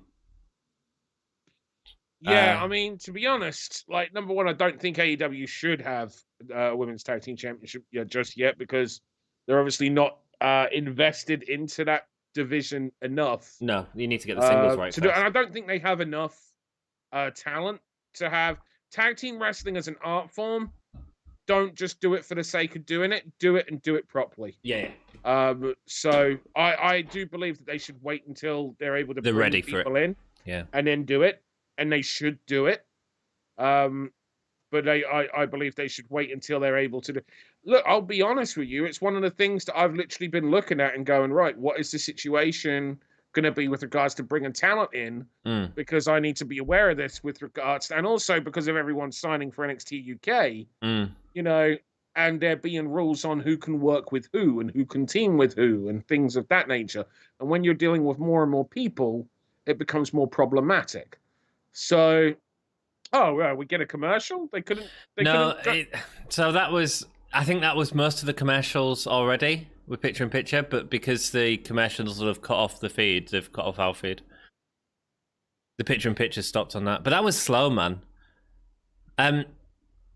So Dan, what if you was going to do something with the women's tag team? The only thing I'd do at the minute is something with Impact. With AEW. Yeah, with great. Impact and AEW. Yeah, so there's something built in there already with Ivelisse and Diamante. Absolutely, yeah. And Knockouts Tag Team Champions. And AEW. Impact have a wonderful women's division. Oh, they do. Do you think very deep and a great mix of experience levels? It's Diamante, upcomers, stars of today, and fucking legends. Yeah. It's Diamante and Kira Hogan that's in a relationship. Is that right? I believe that's a public thing. No, I thought it was someone with Sea Stars that Kira Hogan was with. I don't know. I thought it was. Oh, beautiful. Yeah. Best thing of the match so far. Problem is, we didn't get to see Angelico's beautiful ring work. Do you know what I'd love to see him with, Dan? Not Will Ospreay, Zack Sabre Jr. Oh, can you imagine? That's happened. I bet it has. That would have happened. I'd be very surprised if there isn't a UK show, maybe like a Rev Pro show, that Zack and Angelico didn't work one another. Right. Sting isn't his manager. That's the closest thing he's been to anything since his return, says Jeremy. Beautiful. Sequence. That snap into the legs was brilliant. Mm. He's so good at wrestling, man. He's so good. Angelico is very, very good. And by the way, I just want to say hello to anyone that may have just joined us. Hey up. Welcome to the Gimme a Whole Year. I'm Dan. I'm actually not part of this. He is part of this. He's becoming a regular. But you can find his channel in the description. Pro Wrestling Eve, a wonderful... did I do it right? You did. Boom! A wonderful wrestling channel, UK promotion with female wrestlers, very predominantly female wrestlers. I don't want to say all because we have seen a bit of crossover. Well, Eve itself is an all-female promotion, but I have another promotion called XWA, and that features gentlemen. Like Keith Lee. Kota Ibushi. Yeah. Penta El Zero Miedo, who we saw earlier on this stream. Certainly did. Oh, beautiful. Did you see the Ospreay Penta match, by the way, from the XWA show that I streamed the other night? Sit out. Oh. That's it, innit? 1, 2, 3. Yeah, very good. Nice. Got better towards the end, Dan, excuse me. All right. I thought that was fine, personally, because the idea was more give Phoenix a win, but showcase the uniqueness of Angelico. Yeah. And that's what we saw with all of those varied submission holds. Like, you saw a whole bunch of moves with Angelico that you don't normally see. Now, I don't know how well that perhaps would have done in, maintaining people. Mm-hmm. But I always say, like, sometimes you have to sacrifice some people to get things over, and eventually those people will come back around. Absolutely. Guys, don't forget, yes, Cage could be leaving lots of stories. They keep building different stories everywhere you turn. Yes, they do. Yeah. Louis says it is Kira and Diamante. Yeah. I thought it was someone from Sea Stars. There we go. Apologies. It's all good. So you've got a story there, Dan. If they want to go there. And I think that AEW could handle that story. AEW and Impact could handle that story, unlike WWE, who would turn it into... Oh, geez, I don't even want to think about it. Exactly, yeah. Guys, don't forget to check out the Wrestle Story and Eve. Give them a like and a sub. Thank you, Louis. Sorry, I was saying, I don't like... If we've got Brian Cage having problems within his faction, I don't want to have problems between Rusev and Kip. We saw it last week, though. We saw him with problems last week. Yeah, but this is my thing. I don't like to see the same thing all the time. You know, give me one story. WWE did this with their tag divisions. Every freaking tag was feuding or going to break up or something. It depends what the outcome is. It depends what the story is for the pay-per-view, Dan. And a breakup can be done in many different ways, as you know. Mm. So it depends. It's the outcome that's the important thing. I get what you're saying. Both Angelico and Rey Fenix are amazing performers. I'd love to see us get 20 minutes. Yeah, man. Great storytelling tonight. It has been. Both Danny, yes, they are, and I know Jeremy agrees 100% with that. What a cutter. The cutter was amazing. sounds similar to how SmackDown was originally going to be a Divas show in 1999. That idea lasted in pre-production a while, despite the shallow women's roster of WWF in 1999. Dan? FTR and Sean Spears versus Varsity Blondes and Dante Martin. You'll love that. That would be a great match. You'd just want Brian Pillman versus FTR. That'd be great. Darby Allin's open challenge to Dark Order. Cool. Yeah, okay. Ty Conti versus Nyla Rose. I didn't see that one.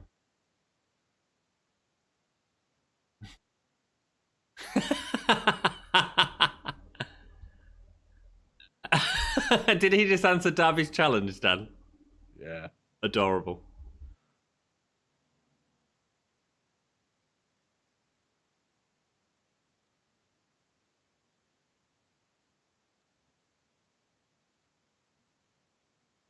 Meat man. Feels a bit soon for it to be him versus Darby.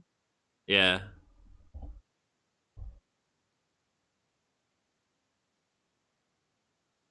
But again, who else in the Dark Order is believable? I probably would have gone with Una, but I don't know if that's biased from sort of seeing him on your streams and other stuff that he's done.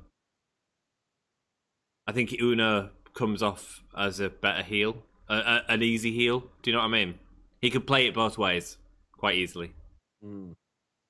Like it's hot. Absolutely. If you could like the video, it really helps us out. Big Impact fan says Louis. I think Penta, Phoenix, and Pac are better heels than face. I mean, I think Phoenix is best as a baby. Yeah. But I think Penta's better as heel. Yeah, it's an interesting dynamic. But that's why I love the Lucha Bros, because they're so... I can't think of a tag team with two single stars as big. And both completely separate and diverse. Do you know what I mean? Yeah. Hey, Dan and Ant. Hello, Ivan. Hope you're doing well, my dude. Thank you so much for dropping by. Welcome. Good to see Elbow you. smash that like button. Hey, Dan and Ant. How is it going on AEW? A fun show so far. Yeah. And it's main event time up next. So let's talk a little bit about this main event. 20 minutes left of the show, basically, which is so they're getting a decent amount of time, which is great. Yeah, I would imagine, I imagine that means we're going to get maybe like 12 to 15 in ring. Mm-hmm. So, I'd say that, man. I remember me and you are... No, we're only a few seconds behind. It seems like we're a lot further behind to people watching, by the way, because of the delay from, us recording this to YouTube streaming it. Someone said in stream that we're ahead of them because of Fight as opposed to watching it on TV. And that was Observing, who's in the Americas. That's interesting, because we're like 30 seconds... There's like a 30-second delay between us doing this and then it appearing on screen. So. Yeah. So what I was going to say is this match. Who do you have winning this match, Dan? It's tough. Who's our champ right now? Hikaru Shida. It's really tough. It is, because you can go either way. And I've said before, and I know you disagree with me on this, and a lot of people do, but I do not believe now is the time to go to Britt Baker. I believe Britt Baker's got some people, to get through or to work with first. And then a little bit of time, I think Britt Baker is your money person to get to. And I just feel that, but at the same time, you can't keep beating Britt neither. No, but Britt's won a lot of the Thunder Rosa matches of recent times, including the tag matches. So we've also had the pay-per-view with Thunder Rosa and Hikaru Shida a lot more recent than we had Britt and Thunder Rosa and Hikaru Shida. Britt and Hikaru Shida hasn't happened for a year, and it was after that sort of awesome. We're getting a backstage bit with. Are we going to get a name up now? Pinnacle. Oh, we are the Pinnacles. Guys, I want to know who you think in chat. Who is going to win this match? Yeah, let us know. Well, Ryan Butters says Britt Baker. That's it. So, right now, I'd go Thunder Rosa. And the reason I do that, Dan, is because I don't think Thunder Rosa has taken the title, and I still think that the title should go to Britt. But I think that the feud between Thunder Rosa and Hikaru Shida could happen in the interim before the next pay-per-view. As opposed to, I don't think doing Britt and Hikaru Shida for, is it 3 months until the next pay-per-view? 2 months, something like that. I don't know if they'd go that direction. They've got a lot of depth to the stories, but they do tell quite fast stories, Dan.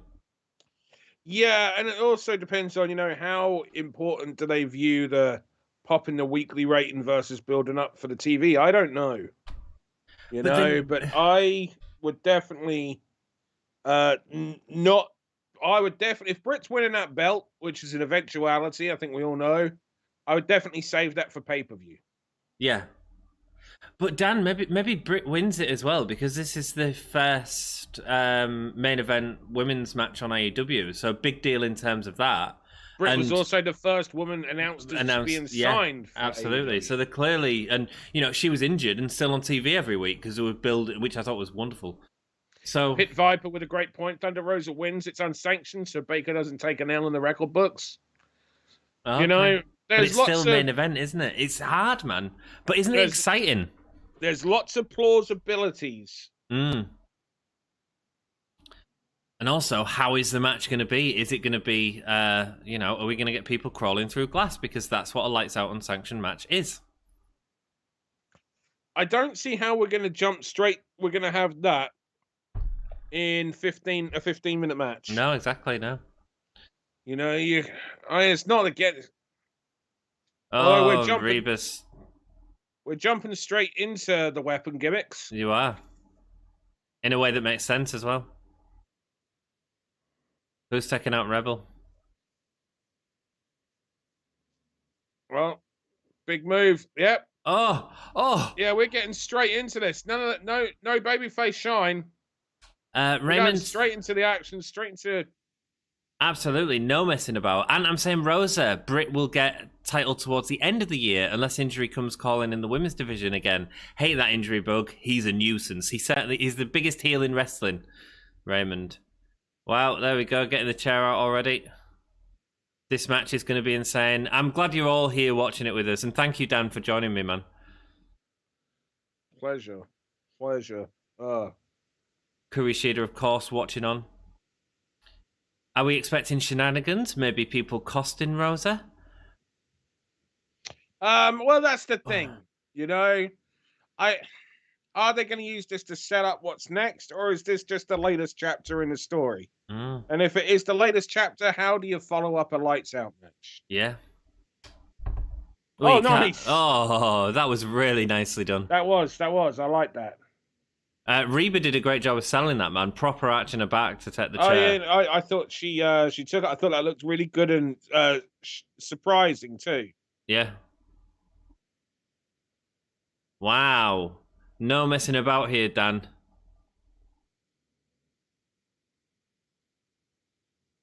I wonder if they've got an ad break during this for the American audience. I would imagine so. Yeah.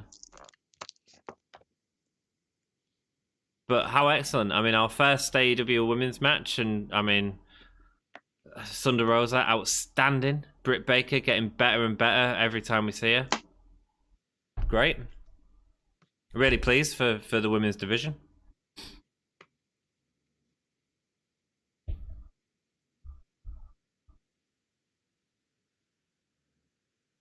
Don't forget, Rosa has 2 of her girls there. Could help Rosa if Rebel gets involved, which you know she will. Yeah.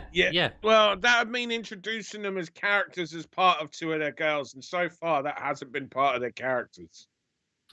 It wouldn't. So that would mean introducing them as such. It wouldn't surprise me if we did get involvement from someone, and that someone could be what's her name? Oh, mind you, it would have been leaked already. We haven't had anything about Shida and who's next for challenging her, have we? No, but I'm guessing it's going to be the winner of this match. I mean... Yeah, but I find that disappointing. Yeah. Like, at least tell me. Yeah. At least feature. Like, Darby featured on this show, wasn't in a match. Yeah. The tag team champions featured on this show wasn't in a match. No. The world champion featured on the show Wasn't in not a match. Yeah. The women's champion not featured on this show, and obviously therefore not in a match. And that is a consistent. And if the women's champion is not in a match, then usually it means they're not featured on the show as a whole. And I have a problem with that. And I had the same problem with WWE and their use of Asuka over the last several months with regards to that. Like, I get she had a concussion. Oh! But at the same time, that doesn't mean that you can't show promos, vignettes. That doesn't mean she can't record anything verbally. Curb stomp onto the steps, Dan. Yeah, I didn't think the camera angle was the best of that, to be honest with you. Fair enough. Joey's joined us. Hey up, mate. How you doing? Greetings, fellas. Fell asleep after work. How's Dynamite been this far? Dude, it's just got outstanding. Is what I'm gonna say. They're having a match like they think they're at Eve right now. Yeah, they do. Yeah. Chairs getting thrown into the ring. They're brawling around they're brawling around the people. They've both competed at the Resgal. So, you know. Yeah, there we go. These guys, honestly, the guys that we're watching right now have both worked with Dan in the past. Not together, but you can see a much younger... Oh, blood. Blood. Clara. Okay, so we got an answer to one of the questions that I had last week. Yeah. Are we going to get blood in this match? And we have. And that's a blade cut. Of course it is, That's a professional job right there, you know? Wow. And cleverly, she's done it on the side of her face that's not painted as well. Dynamite's been great, Joey. This match, though, is like already next level from the first second it started. Could Sheeta come out at the end and then her and Baker start a feud? Could do. Ryan Butters, are you thinking Thea Trinidad on? Yes, I was. Yeah. Former Zelina Vega in WWE. To feud with who? I don't know. I just think the last two named shows, you had Sting appear and you had Kenta appear. So to continue that trend. However, I don't think it will because you keep doing that though. Like, you just keep adding to the roster and never, but that's what they're doing, Dan. Yeah, well, sooner or later, at some point, that's going to be a problem. Yeah, it is. Yeah, I agree. To the people in Dynamite, how has Dynamite been this so far? It's been great, man. 17 likes. Let's get to 69. Absolutely, smash that like button. What are you all doing? I was hoping Zelina Vega would show up, but it's still in the air, I guess. I don't think she would have, Raymond, because the spoiler, because this was filmed last week. Oh, that never works. No, too high. Yeah, I've seen it. People try it in Eve as well. It needs to be into the bottom. Yeah, so because either that or just don't do it and just treat it as a suplex into the turnbuckles, which is vicious enough as it is. Because when you had the chair there, all you do is remind people that the chair didn't connect, and you take away the effect of actually a pretty, impactful move in the suplex into the turnbuckles. Yeah. Yeah, the chair in the turnbuckle should just be used for headshots. Not necessarily. You can take it back into it. You can. Yeah. Tony did the German, or Millie did the German suplex on Tony Storm on Eve into that chair that was positioned there, so the back of the. She did, yeah. Head, there's lots of things you can do there. It's just that when you do something that is more low center of gravity, and you've got a weapon that's higher up. You've got to be a lot closer to that turnbuckle. But if you're that close to that turnbuckle to do it, then you're not going to have the space. No, to man. Then bump as a result. That would have sucked. Ouch. Yep. Credit to the pair of them. That would have sucked. People are like, there's a trick to it. Yeah, it's called grit your teeth. Wowzers. Like you notice that she landed on legs and they put them up, but she still landed on some of the bends in that. Bits of the chairs breaking off the rubber things. That's the force that you're hitting it with. I've tried to make the comment several times, but Zelina Vega's not showing up because you can hide what happened in the match in terms of the winner of the match. You can't hide Zelina Vega showing up a week filmed before. You wouldn't be able to hide it. That's got to be cool to see people you've worked with on AEW, Dan. I'm always happy whenever I get to see friends of mine achieve, some bigger, some good income, basically, Yeah. Well, you was with us when the Revolution stream happened with Miedo that you've worked with a few times. Well, I mean, that's why I showed that match earlier today on the stream, exactly, And that was great, Well, man. that and St. Paddy's Day, actually, and I needed to pull something out of my ass. So,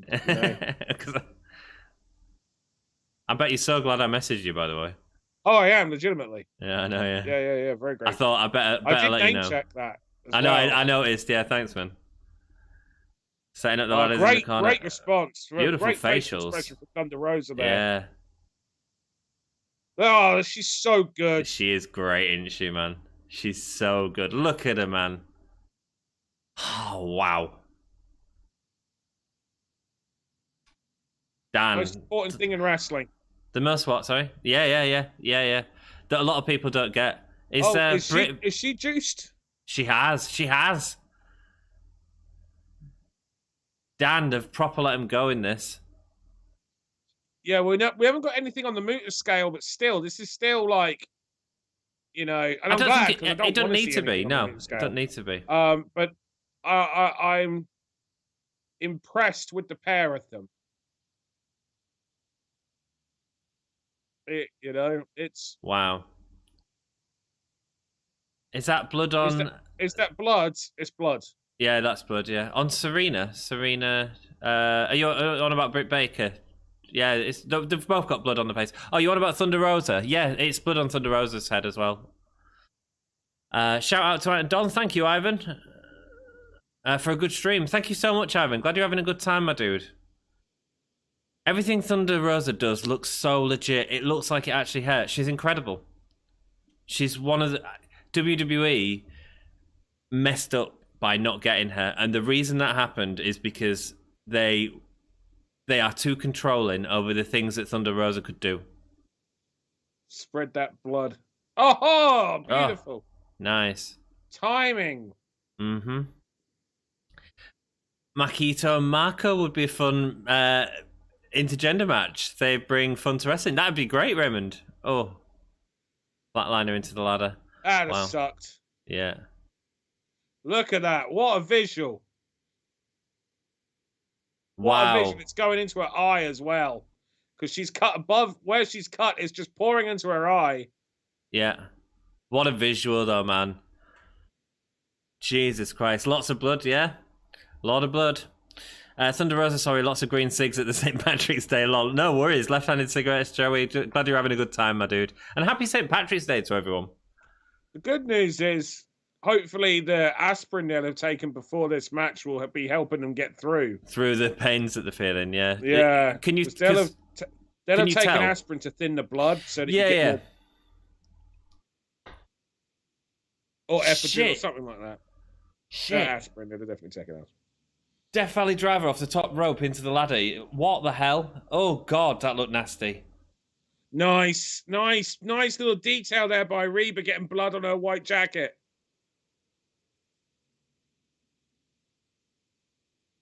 Bloody hell, Dan.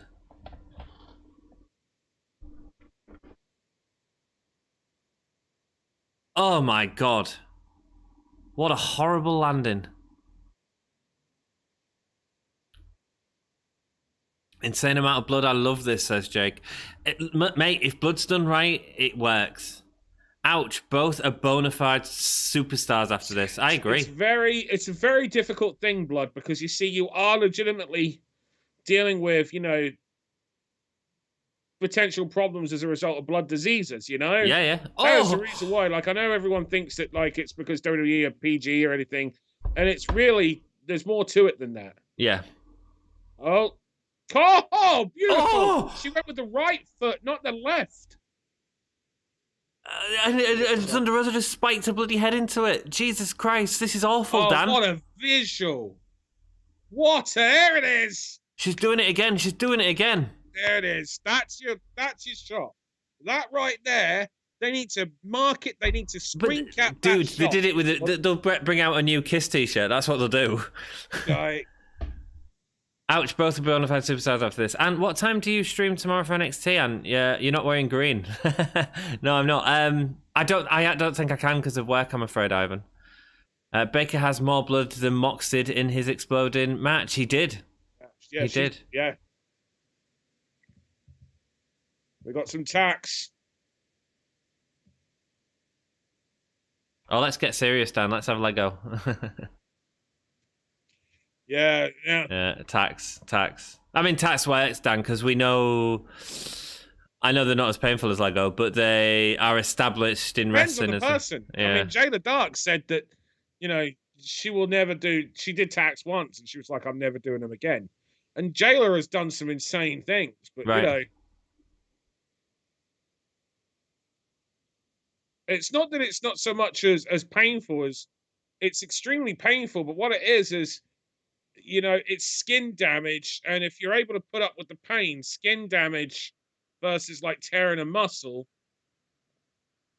Right. you'll take skin damage, Yeah. But it still sucks. It still hurts. Like we spoke about it on the live stream on Monday when we watched War Games. Yeah. With a number of the girls when they spoke about what it's like to go through tax and where you get the tax stuck and how much it hurts in certain places. Here we go. Oh! Baker took it. Kicking out. How do you kick out with that? Jesus Christ. Rosa looking amazing. Britt Baker with one of the nastiest amount of thumbtacks in the back. I tell you, like getting those pins in the points, getting those pins in your elbows, getting those points around these in your arms. These are terrible. Getting them in your knees. Yeah. Like the actual, this sucks right now. Div.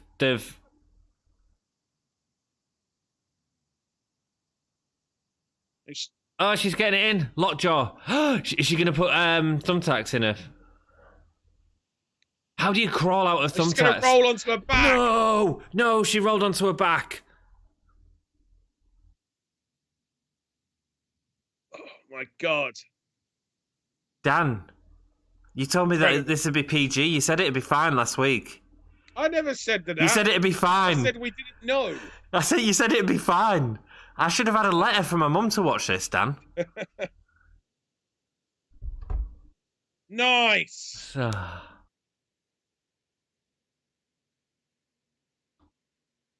These two right now are having one of the most important matches. Yeah, 100%. In television history. What's the world gonna think of this, man? I know, but I hope they deserve a monster rating for this, and Absolutely. I hope they get it. Oh, they're gonna go for the Thunder Driver through the table. No. Oh God, with the thumbtacks as well. Oh! My word! That looked incredible. Like literally looked like it was on top of the head through the table. That's the finish. Oh my God, she just looks like a bloody body.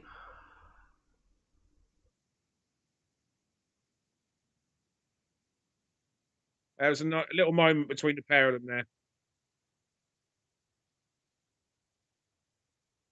Wow. What a match.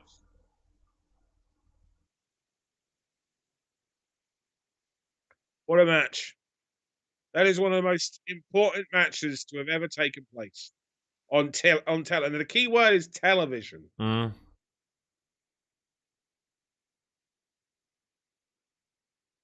What a show. What a show, girls. What a show. Incredible stuff right there. Just incredible. I'm just messaging them now. Like, bloody hell. What the hell? What the hell did we just witness? Look at Britt Baker. She just looks like a body, man. Wait, what's happened? Sorry? Something's happened in NXT. Someone's hurt. And it looks like it's Danny Burch, and I know him. What, he's got hurt? Just seeing little bits on Twitter about that right now. I'll do some messages while you're writing to the ladies. I want to find out about Martin first. All right, fair enough, man. Foley appears in everybody's show in these type of matches. If he's not there, but his tax are... Yes, he does. It takes us back to it. And it, hey, we talked about how the Lights Out match about crawling through glass. Actually, the girls did just that. They did exactly the same. It wasn't, sugar glass. They were crawling through tacks. Amazing. Joey, I tuned in late, so maybe you touched on this already. But last week, there seemed to be a discussion about how extreme this match would be. Was the main event more brutal than you would have predicted? Joey, 100% more brutal than I expected. 100%. Outstanding. Ant versus Dom. Give me a whole mania at La Mania in the parking lot. Wow, yeah, sounds good. This is probably the best, the most insane match I've seen on TV, not pay-per-view. And it topped most pay-per-views, let's be perfectly honest as well. If that match was on a pay-per-view, you would not be disappointed. If that match main evented a pay-per-view, you would not be disappointed. Yeah. That was outstanding. Tremendous match. And as I said, that match will go down as one of the most important matches to have ever taken place on television. Jesus Christ. Booker T is signing with AEW. There was talk about what... I didn't realise that. Cool. There was talk about what could have been or couldn't have been shown on TV. Yes, we did have a really good discussion about that, Joey. We which, did. You and Jeff were involved. It was a big question, and we got our answer. In small portions that can do stuff like that, and we'll see the blowback in the next few days, both from an audience perspective but also from potentially the TV production's perspective as well. So it was unreal. Joey, amazing. I mean, the thing is, the match wasn't live, so it got cleared. Do you know what I mean? It has, yeah. Well, there we go. Yeah, which was another point that we was talking about last week with the Hikaru Shida Britt Baker match, which was obviously recorded prior, but they didn't go black and white or anything like that. So wonderful. As long as they don't overdo it, I'm cool with that, like, occasionally. And I get what you're saying about blood and stuff, but they need to make sure that all of the appropriate checks are in place for that, but do it lightly. Don't do it all the time. Good fight. What a match to end the show. Incredible kudos to both performers and unbelievable action. Absolutely, Johnny. Crazy Jake, you watching UFC Sunday? I got Sugar to win. Freaking wow, some crazy bumps. Great main event for sure. I loved it. Ivan Sugar is not fighting this weekend, but yeah, I'll have Sugar Sean winning if you are talking about O'Malley. I didn't expect it to be this brutal because of TV. I don't think any of us did, Raymond. Christian Cage versus Omega. Yeah, that'll happen. That should be fun. Match of the year so far, says Jake. It's all down to what you like. I mean, for me, yeah, sure. Why not? Absolutely. I only see positive reviews coming out of that match. I hope so, Joey. I hope so. But Joey, it's interesting because you got back into it from the first Lights Out match, and you must have loved that. It's a shame Jeff isn't here. He would have loved that. I'm guessing he's working or something. Now, does WWE try to put something like this in their show? They couldn't. They couldn't. They wouldn't. No. Interesting point, Raymond. But they couldn't top that. So what's the point? Well, they could top it because they've got the talent there to top it, but they won't let it get to that point. So. No, they don't do things like that. No, that's it's not that they ain't got the talent, but it is what it is, and yeah, just amazing.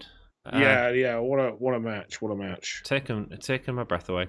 Raymond Hewitt, that was a great match. Respect to Britt Baker. I didn't think she could take that kind of punishment, but I wasn't surprised by Thunder's toughness. Yes.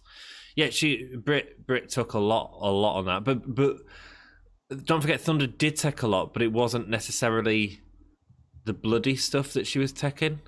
Like that spot on the chairs with the suplex was outstanding, and that'll have hurt like hell. Yeah. I didn't hear that about Booker, says Louis. No, I didn't. Crazy Jake, no Sugar Show of the year. By the way, love Thunder Rosa's outfit. I didn't know she was Irish. She looked great. Match of the year, Sting and Darby. Cool, Ivan. I think that was better than that for me. Jeff is the old lady. Sorry, go on, Dan. Do you want? No. Carry on. Jeff is the old lady drinking tonight. He's going. Oh, he's with the old lady drinking tonight. He's going to be pissed. He missed this chat for reals. He's been saying all week that this match was going to be off the chain. Good. Well, I'm pleased that he was right, and I'm pleased for the performers that he was right because bloody amazing. Sting versus Team Taz match of the year. Cool. You like that match? Yeah, that was cool. Ivan, will you be watching UFC this weekend? We'll skip that. Match of the year so far. I think so, Ryan. I think so. And Leak. I'll be watching UFC this weekend, as I do every weekend. There you go. Every weekend where there is one. Which is most weekends. Are you done with your bits and pieces, love? Almost. Almost, yeah. We can go through more comments. And leak Dom's number on the stream. I don't think that would be very responsible of me, Ivan. If you send me your number, Ivan, I will quite happily share that for you. And you can have people ringing you all the time. Ivan, will you be watching UFC this weekend and next as well? This weekend, Holland Big Mouth is fighting this weekend. I have him to lose. And Volk, Stripe, and Sugar Sean is fighting next weekend. Awesome. You looking forward to the UFC, dude? Hell yeah. Hell yeah. Always does. Oh yeah. Oh yeah, absolutely. You know where you are. You know where you are. I know what I'm doing.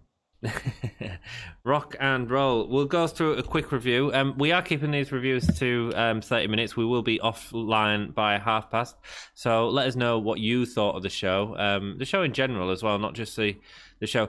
Just a sort of overview from my point of view. I thought that AEW did a wonderful job of continuing stories this evening and telling stories in the ring, as well as a wonderful main event that wasn't overshadowed by anything else. There was absolutely opportunity for Angelico and Phoenix to have overshadowed that main event because they're two incredible workers. And actually, I feel that they potentially held back slightly to make sure that that main event had everything that it deserved. I disagree. You disagree? Yeah, I don't think there's anything they could have done that could have topped that main event. I don't think because but and it there's was a little filmed part before of it that. here Dan. is because it's also it's women doing it, and you've never seen, unless someone has watched Eve, for example, or someone like FMW, things of that nature. Yeah, they haven't. No one has seen women do things like that. If they've seen Eve, then yes, they have. If they've seen some of the women's promotions in Japan. Specifically again with the FMW, for example, but there's been other stuff on other promotions over the years as well. Yeah. Then yes, they may have. But for the majority of people, they won't have. And also, fair play to TNT, the channel as well, for allowing that to be on there. 100%, man. Because that is a big deal. Massive. So, yeah, that is incredible. Good luck keeping the review to 30 minutes. You could spend 30 minutes alone talking on that match. Yeah, we could. But we aren't going to tonight. Jack is going to league. All right, cool. Right, so start of the show. We have a opening match straight away. Massive match. Penta L0 set up last week in a really nice angle, which is all fresh in our memories, versus Cody Rhodes. This match, straight away, starting off with a wonderful little match. I'm not keen on Cody hitting the not finishing. His finishes just sucks these days. And the angle at the end of the roll-up, followed by the beatdown afterwards, was fine at this point, but we got another one later on during the other big match of the night, which felt a bit repetitive, Dan. Yeah, it did. It was disappointing to see. And this is something that AEW have, and Chris Jericho has addressed this. This is something that AEW have been guilty of before, about effectively doing these same angles and incident segments repetitiously over the same TV show. Yeah. And we got the same finish. We got the same angle afterwards. Yeah. Twice in a row. Yeah. Or not in a row, but, twice in the same show. Yeah. But the match was what great. It was. We had an injury angle, as we said there, and we'll get it later as well. Afterwards was when Ant decided that he needed the toilet. No, that was later on. Oh, was that later on? No, of course we had the Matt Hardy, Isiah Kassidy, Marq, Quen, Butcher, and Blade. So we had the Nightmare Family come out after the match, and we saw a little bit more of the QT Marshall split with him walking off with Pentagon. And the next match was actually Jade Cargill versus Danny Jordan. Oh, was that the next match? It was. Christ, I'm all over the place, aren't I? Yes, which was a very quick match. Yeah, and I really enjoyed that. To be honest with you, I thought they did a great job. I think in many respects she looked better with Danny Jordan than she did with Red Velvet from that match. I know that match had a massive feel to it, but it was big for Shaq and Cody, wasn't it? It was big for Shaq. I mean, they were two different things, but I felt both matches did their job. Yeah. You know? And I thought Jade Cargill looked superb. That released German suplex. Danny Jordan, great job. Selling that released German suplex was outstanding. Outstanding. Really quick match, did what it needed to do. Just her selling as well, overall, her reactions, how she responded to Jade Cargill. Yeah. Freaking great. Incredible. Obviously, we get Jade and Red Velvet at ringside. They look at each other, so that's carrying on. Then we get MJF walk out with Tully Blanchard, Wardlow, FTR, and Sean Spears. Tully takes to the microphone, starts at the promo. We missed a lot of this because we was talking. It's basically introducing this new faction that we've seen, but it was introducing the new faction, wasn't it, Dan? Yeah. Basically. Yeah. Yeah. It didn't really do much new because we sort of knew what the faction was already. Maybe. Sorry, go on. It was a good promo, but it was what it was. There we go. Went on quite a while as well. Matt Hardy and his crew come out next with Bear Country and Jurassic Express versus Matt Hardy, Private Party, and Butcher and Blade. Marko Stunt was quite heavily featured in this match, Dan. Yeah, he did a cracking job as well. He's consistently does also, like Marko Stunt. If you want to get heat and you want him to be bumping for someone, he will bump. He'll do his best. He does, absolutely. That moment where Marko got caught by the Butcher as he was flying over the top rope. I mean, wow. Oh, my God. That is blatantly Scary. A GIF on Twitter somewhere already. Go watch it if you missed it. It's definitely scary. After the match, backstage, Moxley and Kingston had an interview. Moxley said that he wasn't in a great mood, that he should be out. They made fun of Chad Too Bad. They talked about 50 Cent. They also took a couple of pops that it's not Tokyo, it's not the Impact Zone. These two have wonderful chemistry, man. These two are just having the time, great time at the minute. Consistently wonderful chemistry. Absolutely. Then I went for a P, Christian Cage. Promo was what it was. Got the details out. Just again reinforcing that he's after Kenny Omega's spot and wanting the AEW championship. Was it worthy of being advertised? I suppose it is. Yeah. You want to know what's going on. What's going on with him? Interesting. Then we get Eddie Kingston and the John Moxley and the Good Brothers. A really scrappy match, Dan. Yeah. But in a really good way. I mean, it sort of worked. They give it the time that it needed, sort of 10 minutes. There was Kingston got the tag to Moxley, landed a German suplex on Anderson as he got into the ring, shotgun drop kick, knocked Gallows off the apron. It was a really solid brawl, and it was exactly what Kingston and Moxley, in their first match on AEW as a tag team together, needed to establish themselves as that brawly tag team. Yeah. And I thought that this kind of match was really spot on as well for the Good Brothers, who I don't feel have had a match to make them look as dominant and as quality a team as what they had here. I felt that this was their best match in a long time that I have seen, actually. I agree. This is how you... Because they are, in my opinion, the Good Brothers are, top tier presentation duo, and this is how you present them. Absolutely, agreed.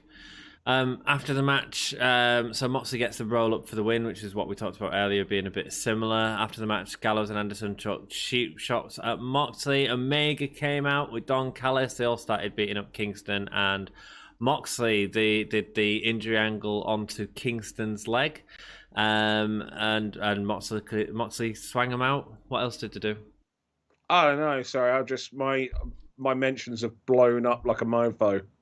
So apologies. I'm getting I'm trying to stay on point. That's here, all right, mate. That's all good. The Young Bucks then come out, and we get the sort of Too Sweet. They were taking the mick out of the Too Sweet. Do you need to go, Dan, or are you okay, mate? No. We're good. Cool. We're good. They get the Too Sweet thing. The Good Brothers were taking Who was it that was taking the piss out of it? Kingston. Yeah, Kingston was doing so, yeah. That's funny. And then the Young Bucks come out, but they weren't too sweet, so we get the angle where they've basically walked away from Kenny now, because we saw them in an interview earlier on where that was basically established as well, that they're not happy with Kenny at the minute, and we get to see that. I mean, that was an end-of-show angle on a normal night, Dan. And on normal night, that was a big deal, because we also had... as we said, Kenny took his shirt off, threw it down, and it was an elite shirt as well. Mm-hmm. We had, Kenny really get in the face to the point where it almost teased the idea that we were going to see something more, there and then, which would have definitely been too much. But it was a really, really good angle that I'm surprised went as far as it did. Tonight, yeah, I am. Yeah, especially in the spot. And that's major kudos to them. Absolutely, because they really sort of let that main event speak. I mean, that's quite that speaks to the quality of the main event. I mean, can you imagine the main event flopping after that? Jesus, right? It wouldn't. These two were never going to flop. No, absolutely, they did amazing. Then we get the Sting come out. His Sting for his little snow. We should have snowballs or something. When we go to an AEW show, Dan, can we take snowballs? Throw them at Sting. I'll have some yellow snow for Sting. My word. Oh, don't be horrible to Sting. No, I like him. It's just a bit. It's just the whole presentation. But they referenced it. They did. Yeah, they realised it. I think. Yeah. Darby Allin comes out as a TNT champion, announces that he's only had 3 matches. Again, as Dan says, sort of mentioning that sort of thing that was fans were getting frustrated with. It's the elephant in the room. Yeah. And you have to address the elephant in the room. Yeah. Lance Archer came out. I remember I did a show once at the Resgal, and it was like, I forget what was going on, but it was an XWA show, and it was like, the draw was terrible. Mm-hmm. So I just remember saying, and it was so unusual, But again, I forget what was going on. Something big was going on. It was a last-minute XWA show. But I just remember saying, look, let's address the elephant in the room and the fact that we could fucking fit one in here. Because it's what's the point? Instead of making people feel awkward, like this is unusual. Yeah. Let's address it. Yeah. Get the and fuck have a on laugh with about the show it. and have a fucking good night. Yeah. No, I agree. Archer then come out. He said he was the most dangerous man in AEW. Said that he was going after Darby. But they're not at the minute. Darby first said that he wanted a challenge from one of the greatest TNT champions, Brody Lee's faction. So he's put an open challenge up to Dark Order, which was later fulfilled by Johnny Silvers. Then Brian Cage came out. Interestingly, we thought it was all sort of over, didn't we, down that angle? And then Brian Cage came out with the Taz's faction, and basically Brian Cage showed respect to Sting for the fight that they had at Revolution, and walked away from the Taz's faction. Now I assume that's not him leaving Taz's faction. I'm sure we're not at that point yet. But nonetheless, things are going somewhere, and things do need to go somewhere because Brian Cage needs to be repackaged. And it's kind of like when you've got Brian Cage, Lance Archer, Wardlow, Jack Swagger, and there may be a few others that I'm not remembering off the top of my head, and their gimmick is that they're all the big guys. Well, then it doesn't quite. Do you know what I mean? You can only push so many, and there's only 2 championships. Mm-hmm. I am personally of the belief that a bigger guy should be holding that championship right now, whether it be Lance Archer, Brian Cage, not Wardlow. Don't think he's ready yet. And maybe Swagger. Swagger's certainly believable because especially with his MMA credentials. And his past, elsewhere as well. But I definitely believe that there should be a bigger guy with a championship. And if we can, start rebuilding Brian Cage, to get going to that, because I know he's got the FTW title, but they've done nothing with it. No. So therefore it doesn't count. It doesn't mean anything at the minute. No, right. You could give that to Dark Order and they could do something comic there, to be perfectly honest. Yeah, but we don't want it to turn into that 24/7 title. Yeah, I suppose. But it already is, Dan. It means less than 24/7 title, let's be perfectly honest. No, I don't think a title not doing anything still doesn't mean as less as the 24/7 title.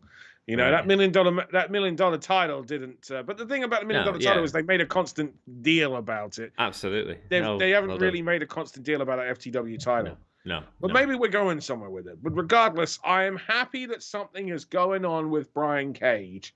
And I'm also happy that we aren't getting Team Taz and Sting and Darby in some form again, or Sting and someone. Yeah, it was a thing that was the unspoken thing that was said after the match. So it moves that story on, I think, and moves us away from that, which is fine. Yeah. Next up, we had Angelico and Phoenix. A relatively short match. It seemed like we had an ad break in this, so it was quite. It's one of the matches, Dan, that I feel it's hard to review watching fight because I feel what the audience saw was very different to what we saw. In what way? In that it didn't feel like there was a lot happening at the for a massive Yeah, period no, of the I match. think I saw something different to what you saw. Really, right? Okay. Yeah, okay. no, I enjoyed it. Very different. But again, maybe it's because I know Angelico and what he does that it was only different in terms of if you was expecting a normal traditional Phoenix match. With I was hoping for an Angelico match. I love Angelico, man. Oh, well, I mean, that was the match I kind of anticipated. I can see an argument saying it was a bit slower than perhaps they would have liked, than some would have liked. But that was pretty much what I expected for the most part, to be honest with you. And I liked it. It was actually a real good showcase for Angelico that even though he didn't win, he took the majority of the match. And it was him putting on, you know, different submission and different stretch after different submission and different stretch. I just wish he got over. He didn't get over with me in that match, and Angelico has before. What could he have done differently? I don't know. I don't know. That's not me being. No. I just think it's a bit about. Question. I get what you're saying about being dominant, but it didn't feel like there was anything that was not impactful. But I don't mean that in like a part of you that believed that Angelico was going to win. What did I think Angelico was going to win? Yeah. No, I didn't. No. Exactly. So how much? Maybe that's why. Yeah, that's what I'm saying. Maybe it's because, you know, we're also dealing with that factor that, like, I didn't believe that Angelico was going to win. No. I believed that he was there to, you know, have a good match, but to prominently feature Phoenix because, you know, Phoenix was. I think the job they've been doing with Phoenix recently has been tremendous, especially when he did tend to be the guy that took the fall, but he looked phenomenal in those main event matches that we had involving Moxley and Co. And Lance, you know, Archer, yeah. And so, you know, in many ways, the fact that we are now at a point where we're like so sure that Phoenix is going to win because we see him as above a mid-carder, it shows that they're doing a good job because it means that we are accepting Phoenix of being up here, you know, and above a certain level. Yeah. Next up, Merves interviewed Miedo about the challenge from Chuck and Kassidy. Miedo did accept it. Kip and Miedo sorted out a few issues from last week or confronted each other. And then it was Kip that actually accepted that challenge. I don't give a shit, Dan. You know, I'm intrigued because it's clearly going somewhere with Miedo. Yeah, well, is it? I mean, who knows what it's doing? It's just, I just feel the blowing that. But the big take from this was the Dan. Honestly, I'm sorry. The Miedo segments have been my least favorite segments of Dynamite for a while. The what segments? Miedo segments. Miedo, Kassidy, all that. It's because you said Miedo. I hear mirror every time. It's not you. It's the name. I'm a northern lad. Oh, there's that as well. Yeah. I'm looking in the mirror.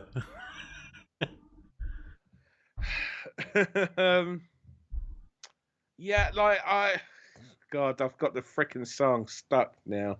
Which one? No, I honestly think that there is clear direction for it. Something's going to happen. I'm just not a fan because we just had the Brian Cage thing happen. Yeah.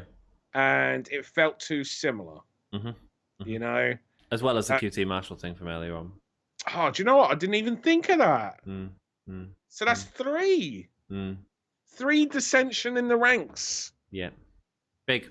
That's not good. That is not good. One of the sort of little high points in a 5-second segment, we get the name of the Horseman faction. It is the Pinnacle. Yeah. Great name. Yeah, fine. Yeah. No problem with it. Lights out match, Thunder Rosa, Britt Baker, and then the end of the show. So it was great. Phenomenal. Absolutely phenomenal. Blown And away. I do believe that every single... I present to you this fact, in my opinion, but I believe it could be demonstratable, just not in the UK at 2:25 in the morning. But I believe it will be demonstratable to be able to look back at this match and say that this is one of the most important matches to have ever taken place on a weekly wrestling television show. Yes, you may have seen more violent matches on the independent scene. Yes, you may have seen matches like this, whether it be in Eve or elsewhere in Japan or another, elsewhere in the US.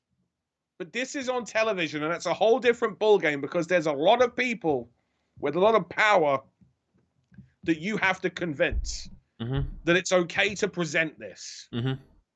And whoever did it, whether it was TNT just being like, yeah, it's cool, go for it. Do what you do. Or whether AEW had to do the match on a show that's taped and present it to them and say, there you go. Do you need us to make any cuts or amends? Or whether or not they went through everything beforehand. Whatever happened, kudos to every single person involved. Yeah. Because the landscape just changed now. Yeah. Because nobody on a grand scale has ever seen a women's match like this. No.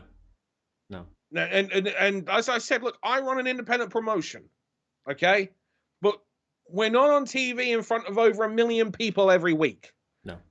AEW is. So you can't compare us.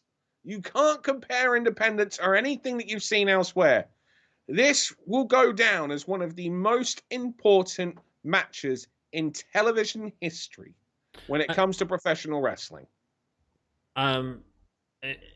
Just quickly going back onto the match before we sort of talk about Eve a little bit more, because I'm interested to hear what you think this means for Eve. So I'll let you dwell over that for a second. But the match itself, both women, Thunder Rosa's facial expressions, man. Oh, both of them. Outstanding. Amazing.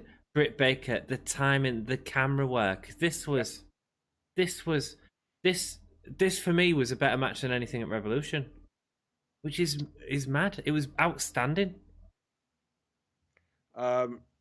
Yeah, I mean, it's a very difficult one to put in because it's all about what the meaning of, or do you know what I mean? Like I say, I just keep saying, like, I feel something so much more from having seen it. I feel like this is something that I will be able to say, people, I watched that live. And that is something that doesn't come around very often. No. And I just feel that I don't know whether it's technically better. There's some bits in there that you could say, oh, do you know what I mean? If you really want to get down, I'm not going to do that. Don't need to. The fact, yeah, agreed. You don't need to. No. The fact of the matter is that was they had a hell of a match. It fit on a big the story stage. On a big stage, and it was important, and it has literally changed the landscape of women's wrestling. There will be, I tell you now, as someone that runs a women's wrestling promotion, as someone that runs a women's only wrestling training school, there will be people that see that match and become inspired. Yeah. Well, we saw that on your... So this is why you guys need to subscribe to Eve. We saw this on... and me and Dan talked a little bit about it privately. But you saw that on Dan's stream. When Lita joined the live stream, all of them girls were in awe because that was who inspired them. And this match will take that inspiration again to a new generation. Yeah. In my opinion. Exactly. I agree. I believe that, you know, and you're right, because I told you about it when Lita got onto that, you know, came on our live stream. You know, we had 6 other women, you know, on that stream, and every single one of them went quiet. Now, normally, trust me, that does not happen.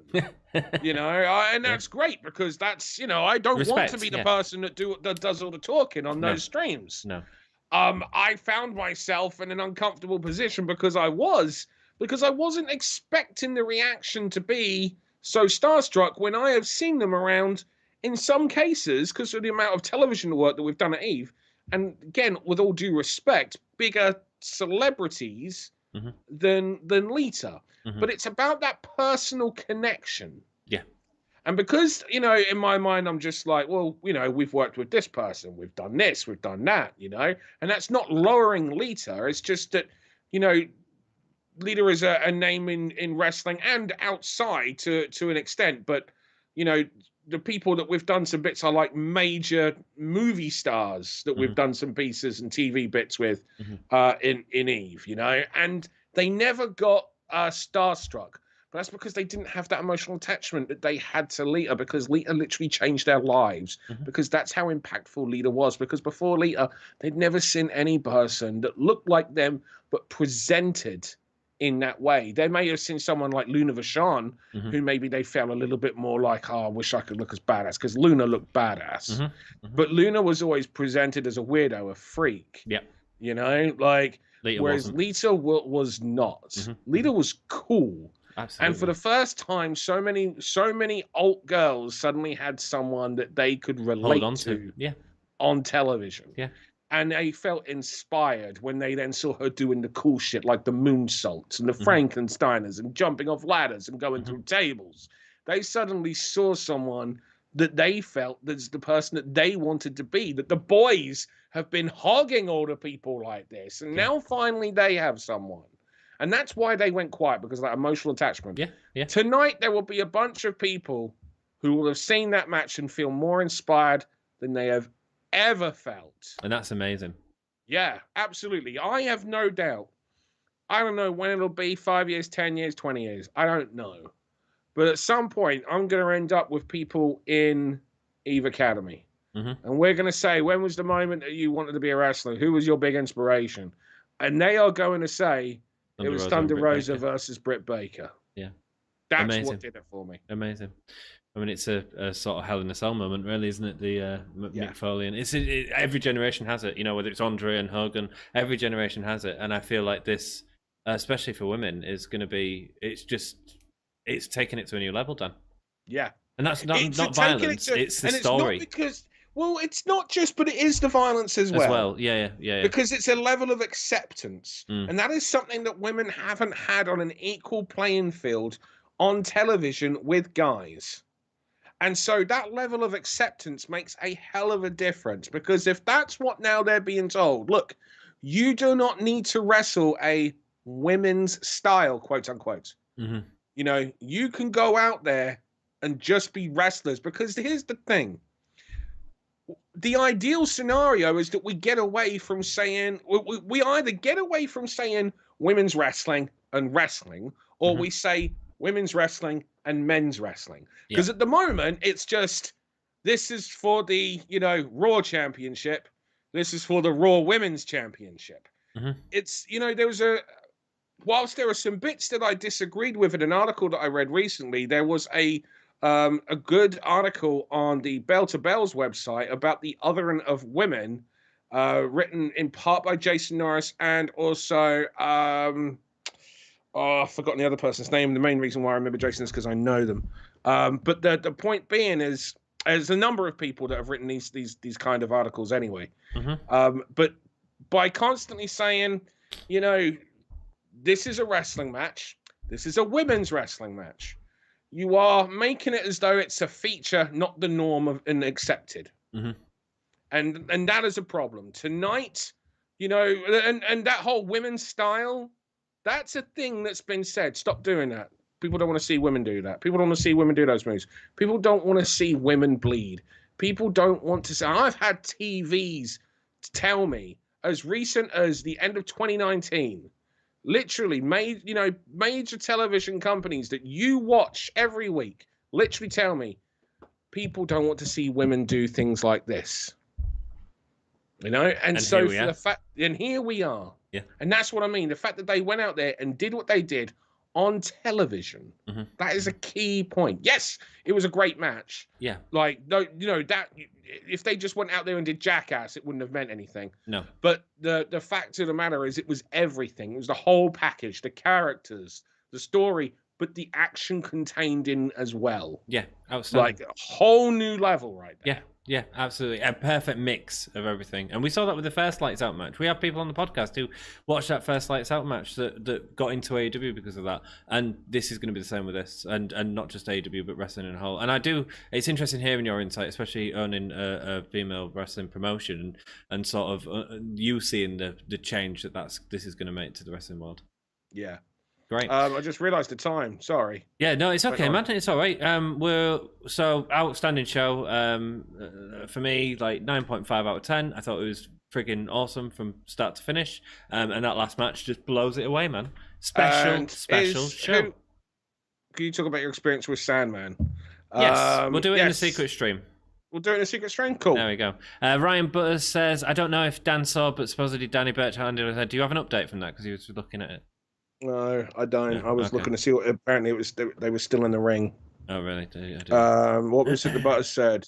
Got taken out of the match, it seems. Match got put on hold, and Logan then continued in basically a handicap match. Oh, Jesus. That doesn't sound good. Final light chain. Thank you, Jackie Boy. I just hope that this doesn't hurt them afterwards with sponsors saying it was too violent. I think it was completely fine, and it will help women massively. No, I think, end of the day, if TNT approved it, they're good. Yeah, and I think also if TV numbers are going down in general, AEW numbers are going up in the ratings that they need them to.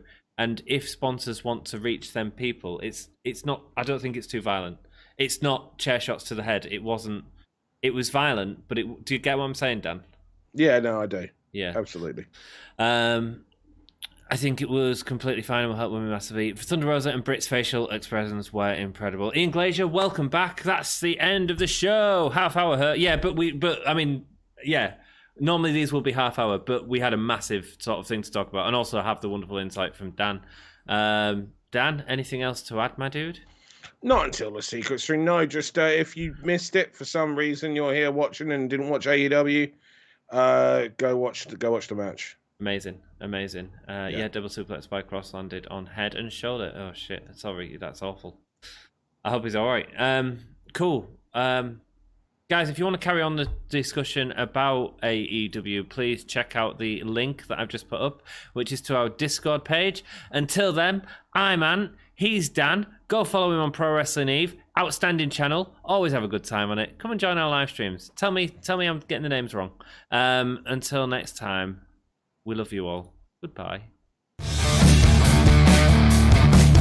This is Broken Matt Hardy. Thank you for watching the Gimme a Whole Year Wrestling Podcast. Oh, secret stream. What a surprise, Dan. Oh, we already streaming? Yeah, I only did the Matt Hardy one. It was only a quick one. Wow. It's bedtime. Okay. So, our friend Jakey Baby has been asking you several times. I had a question for you, but I'm going to have to save it for another stream, actually. Probably next week. So subscribe to the channel for that. Jake says, Dan, if you and Ant have time, if I do the pay-per-view stream with you on a weekend, you could ask me then. Are you doing are you doing Fastlane with us? I could do Fastlane with you. Well, hey, exclusive. There we go. We got Fastlane, the most irrelevant pay-per-view of all time.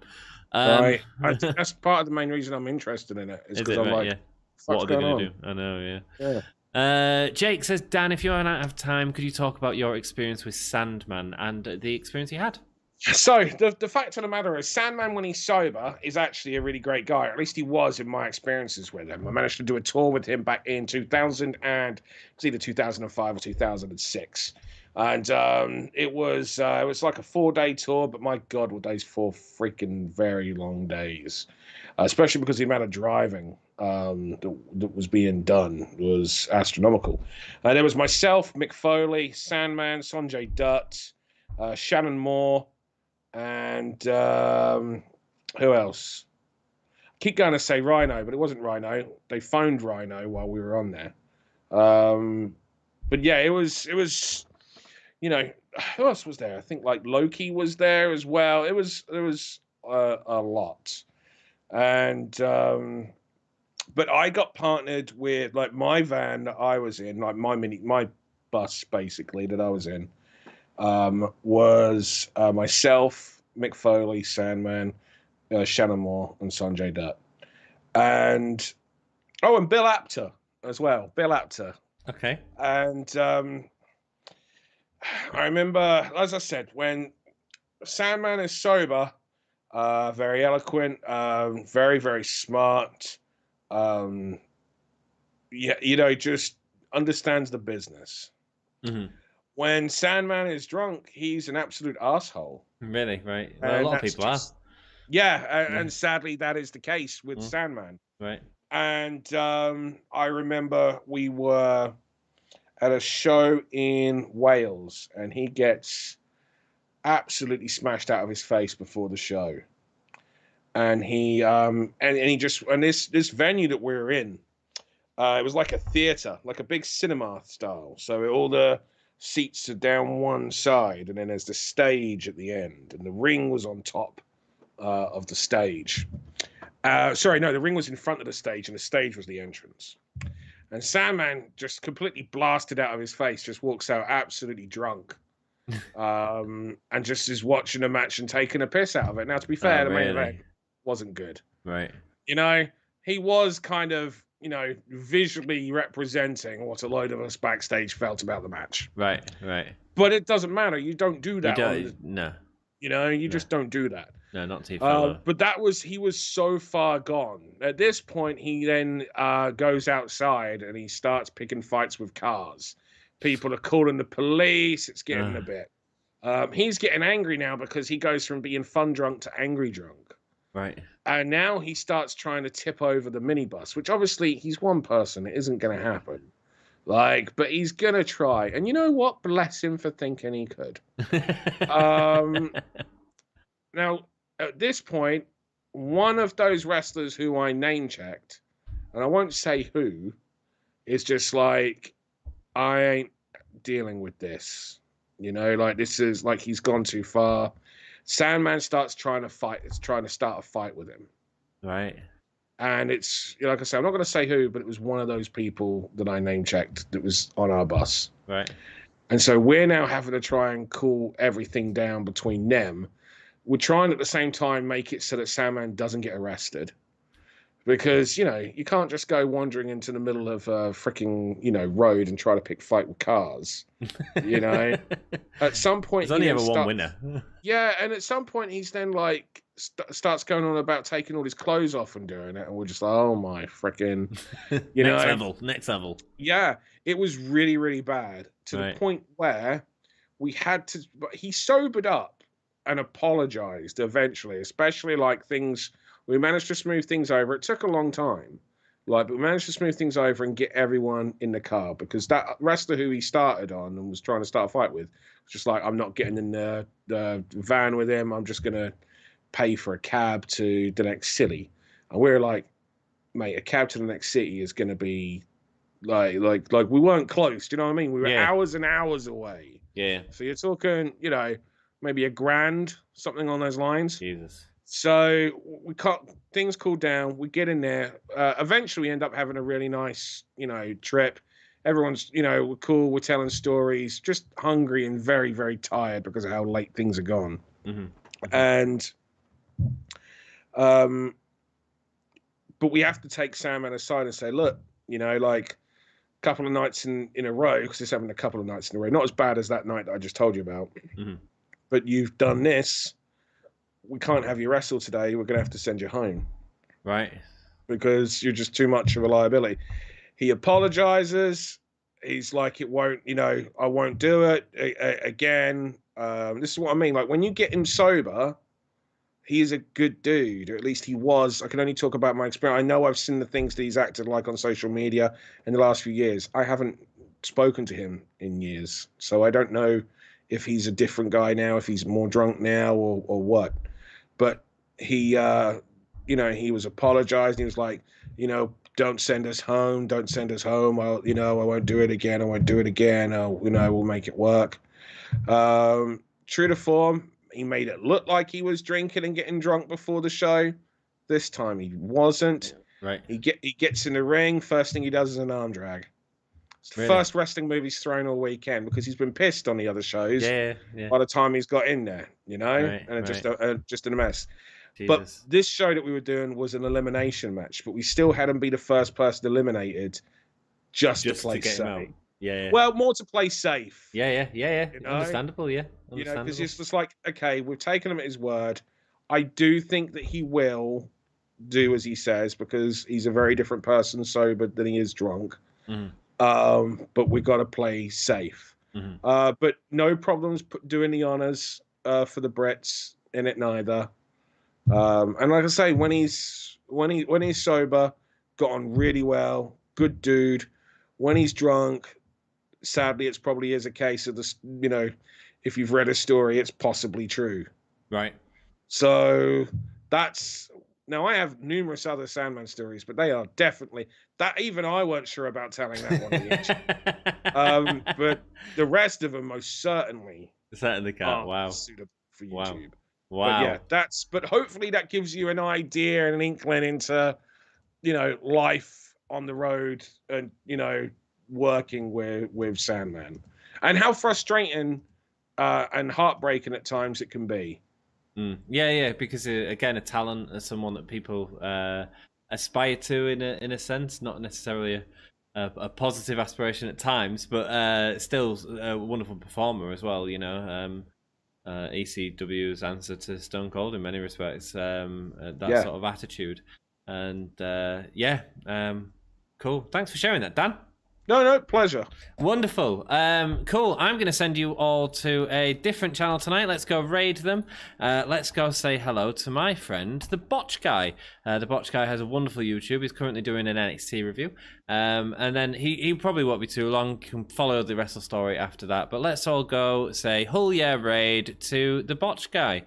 The link is in the description there. Dan, it's been a great night, man. It has. Enjoyed as always. It was a magical night. Like, we'll remember this one. We will. This one will be one that people watch back as well. Yeah. Amazing. Thank you so much, everyone, for joining us. Until next time. 5, 4, 3, 2, 1. Hull yeah! Hull yeah! Hull yeah! This is the hardcore legend, Mick Foley. Well, hello and welcome to Give Me a Hull Yeah. I hope everyone there, right there in Yorkshire, is having a nice day. Bang, bang. Have a nice day. Yeah.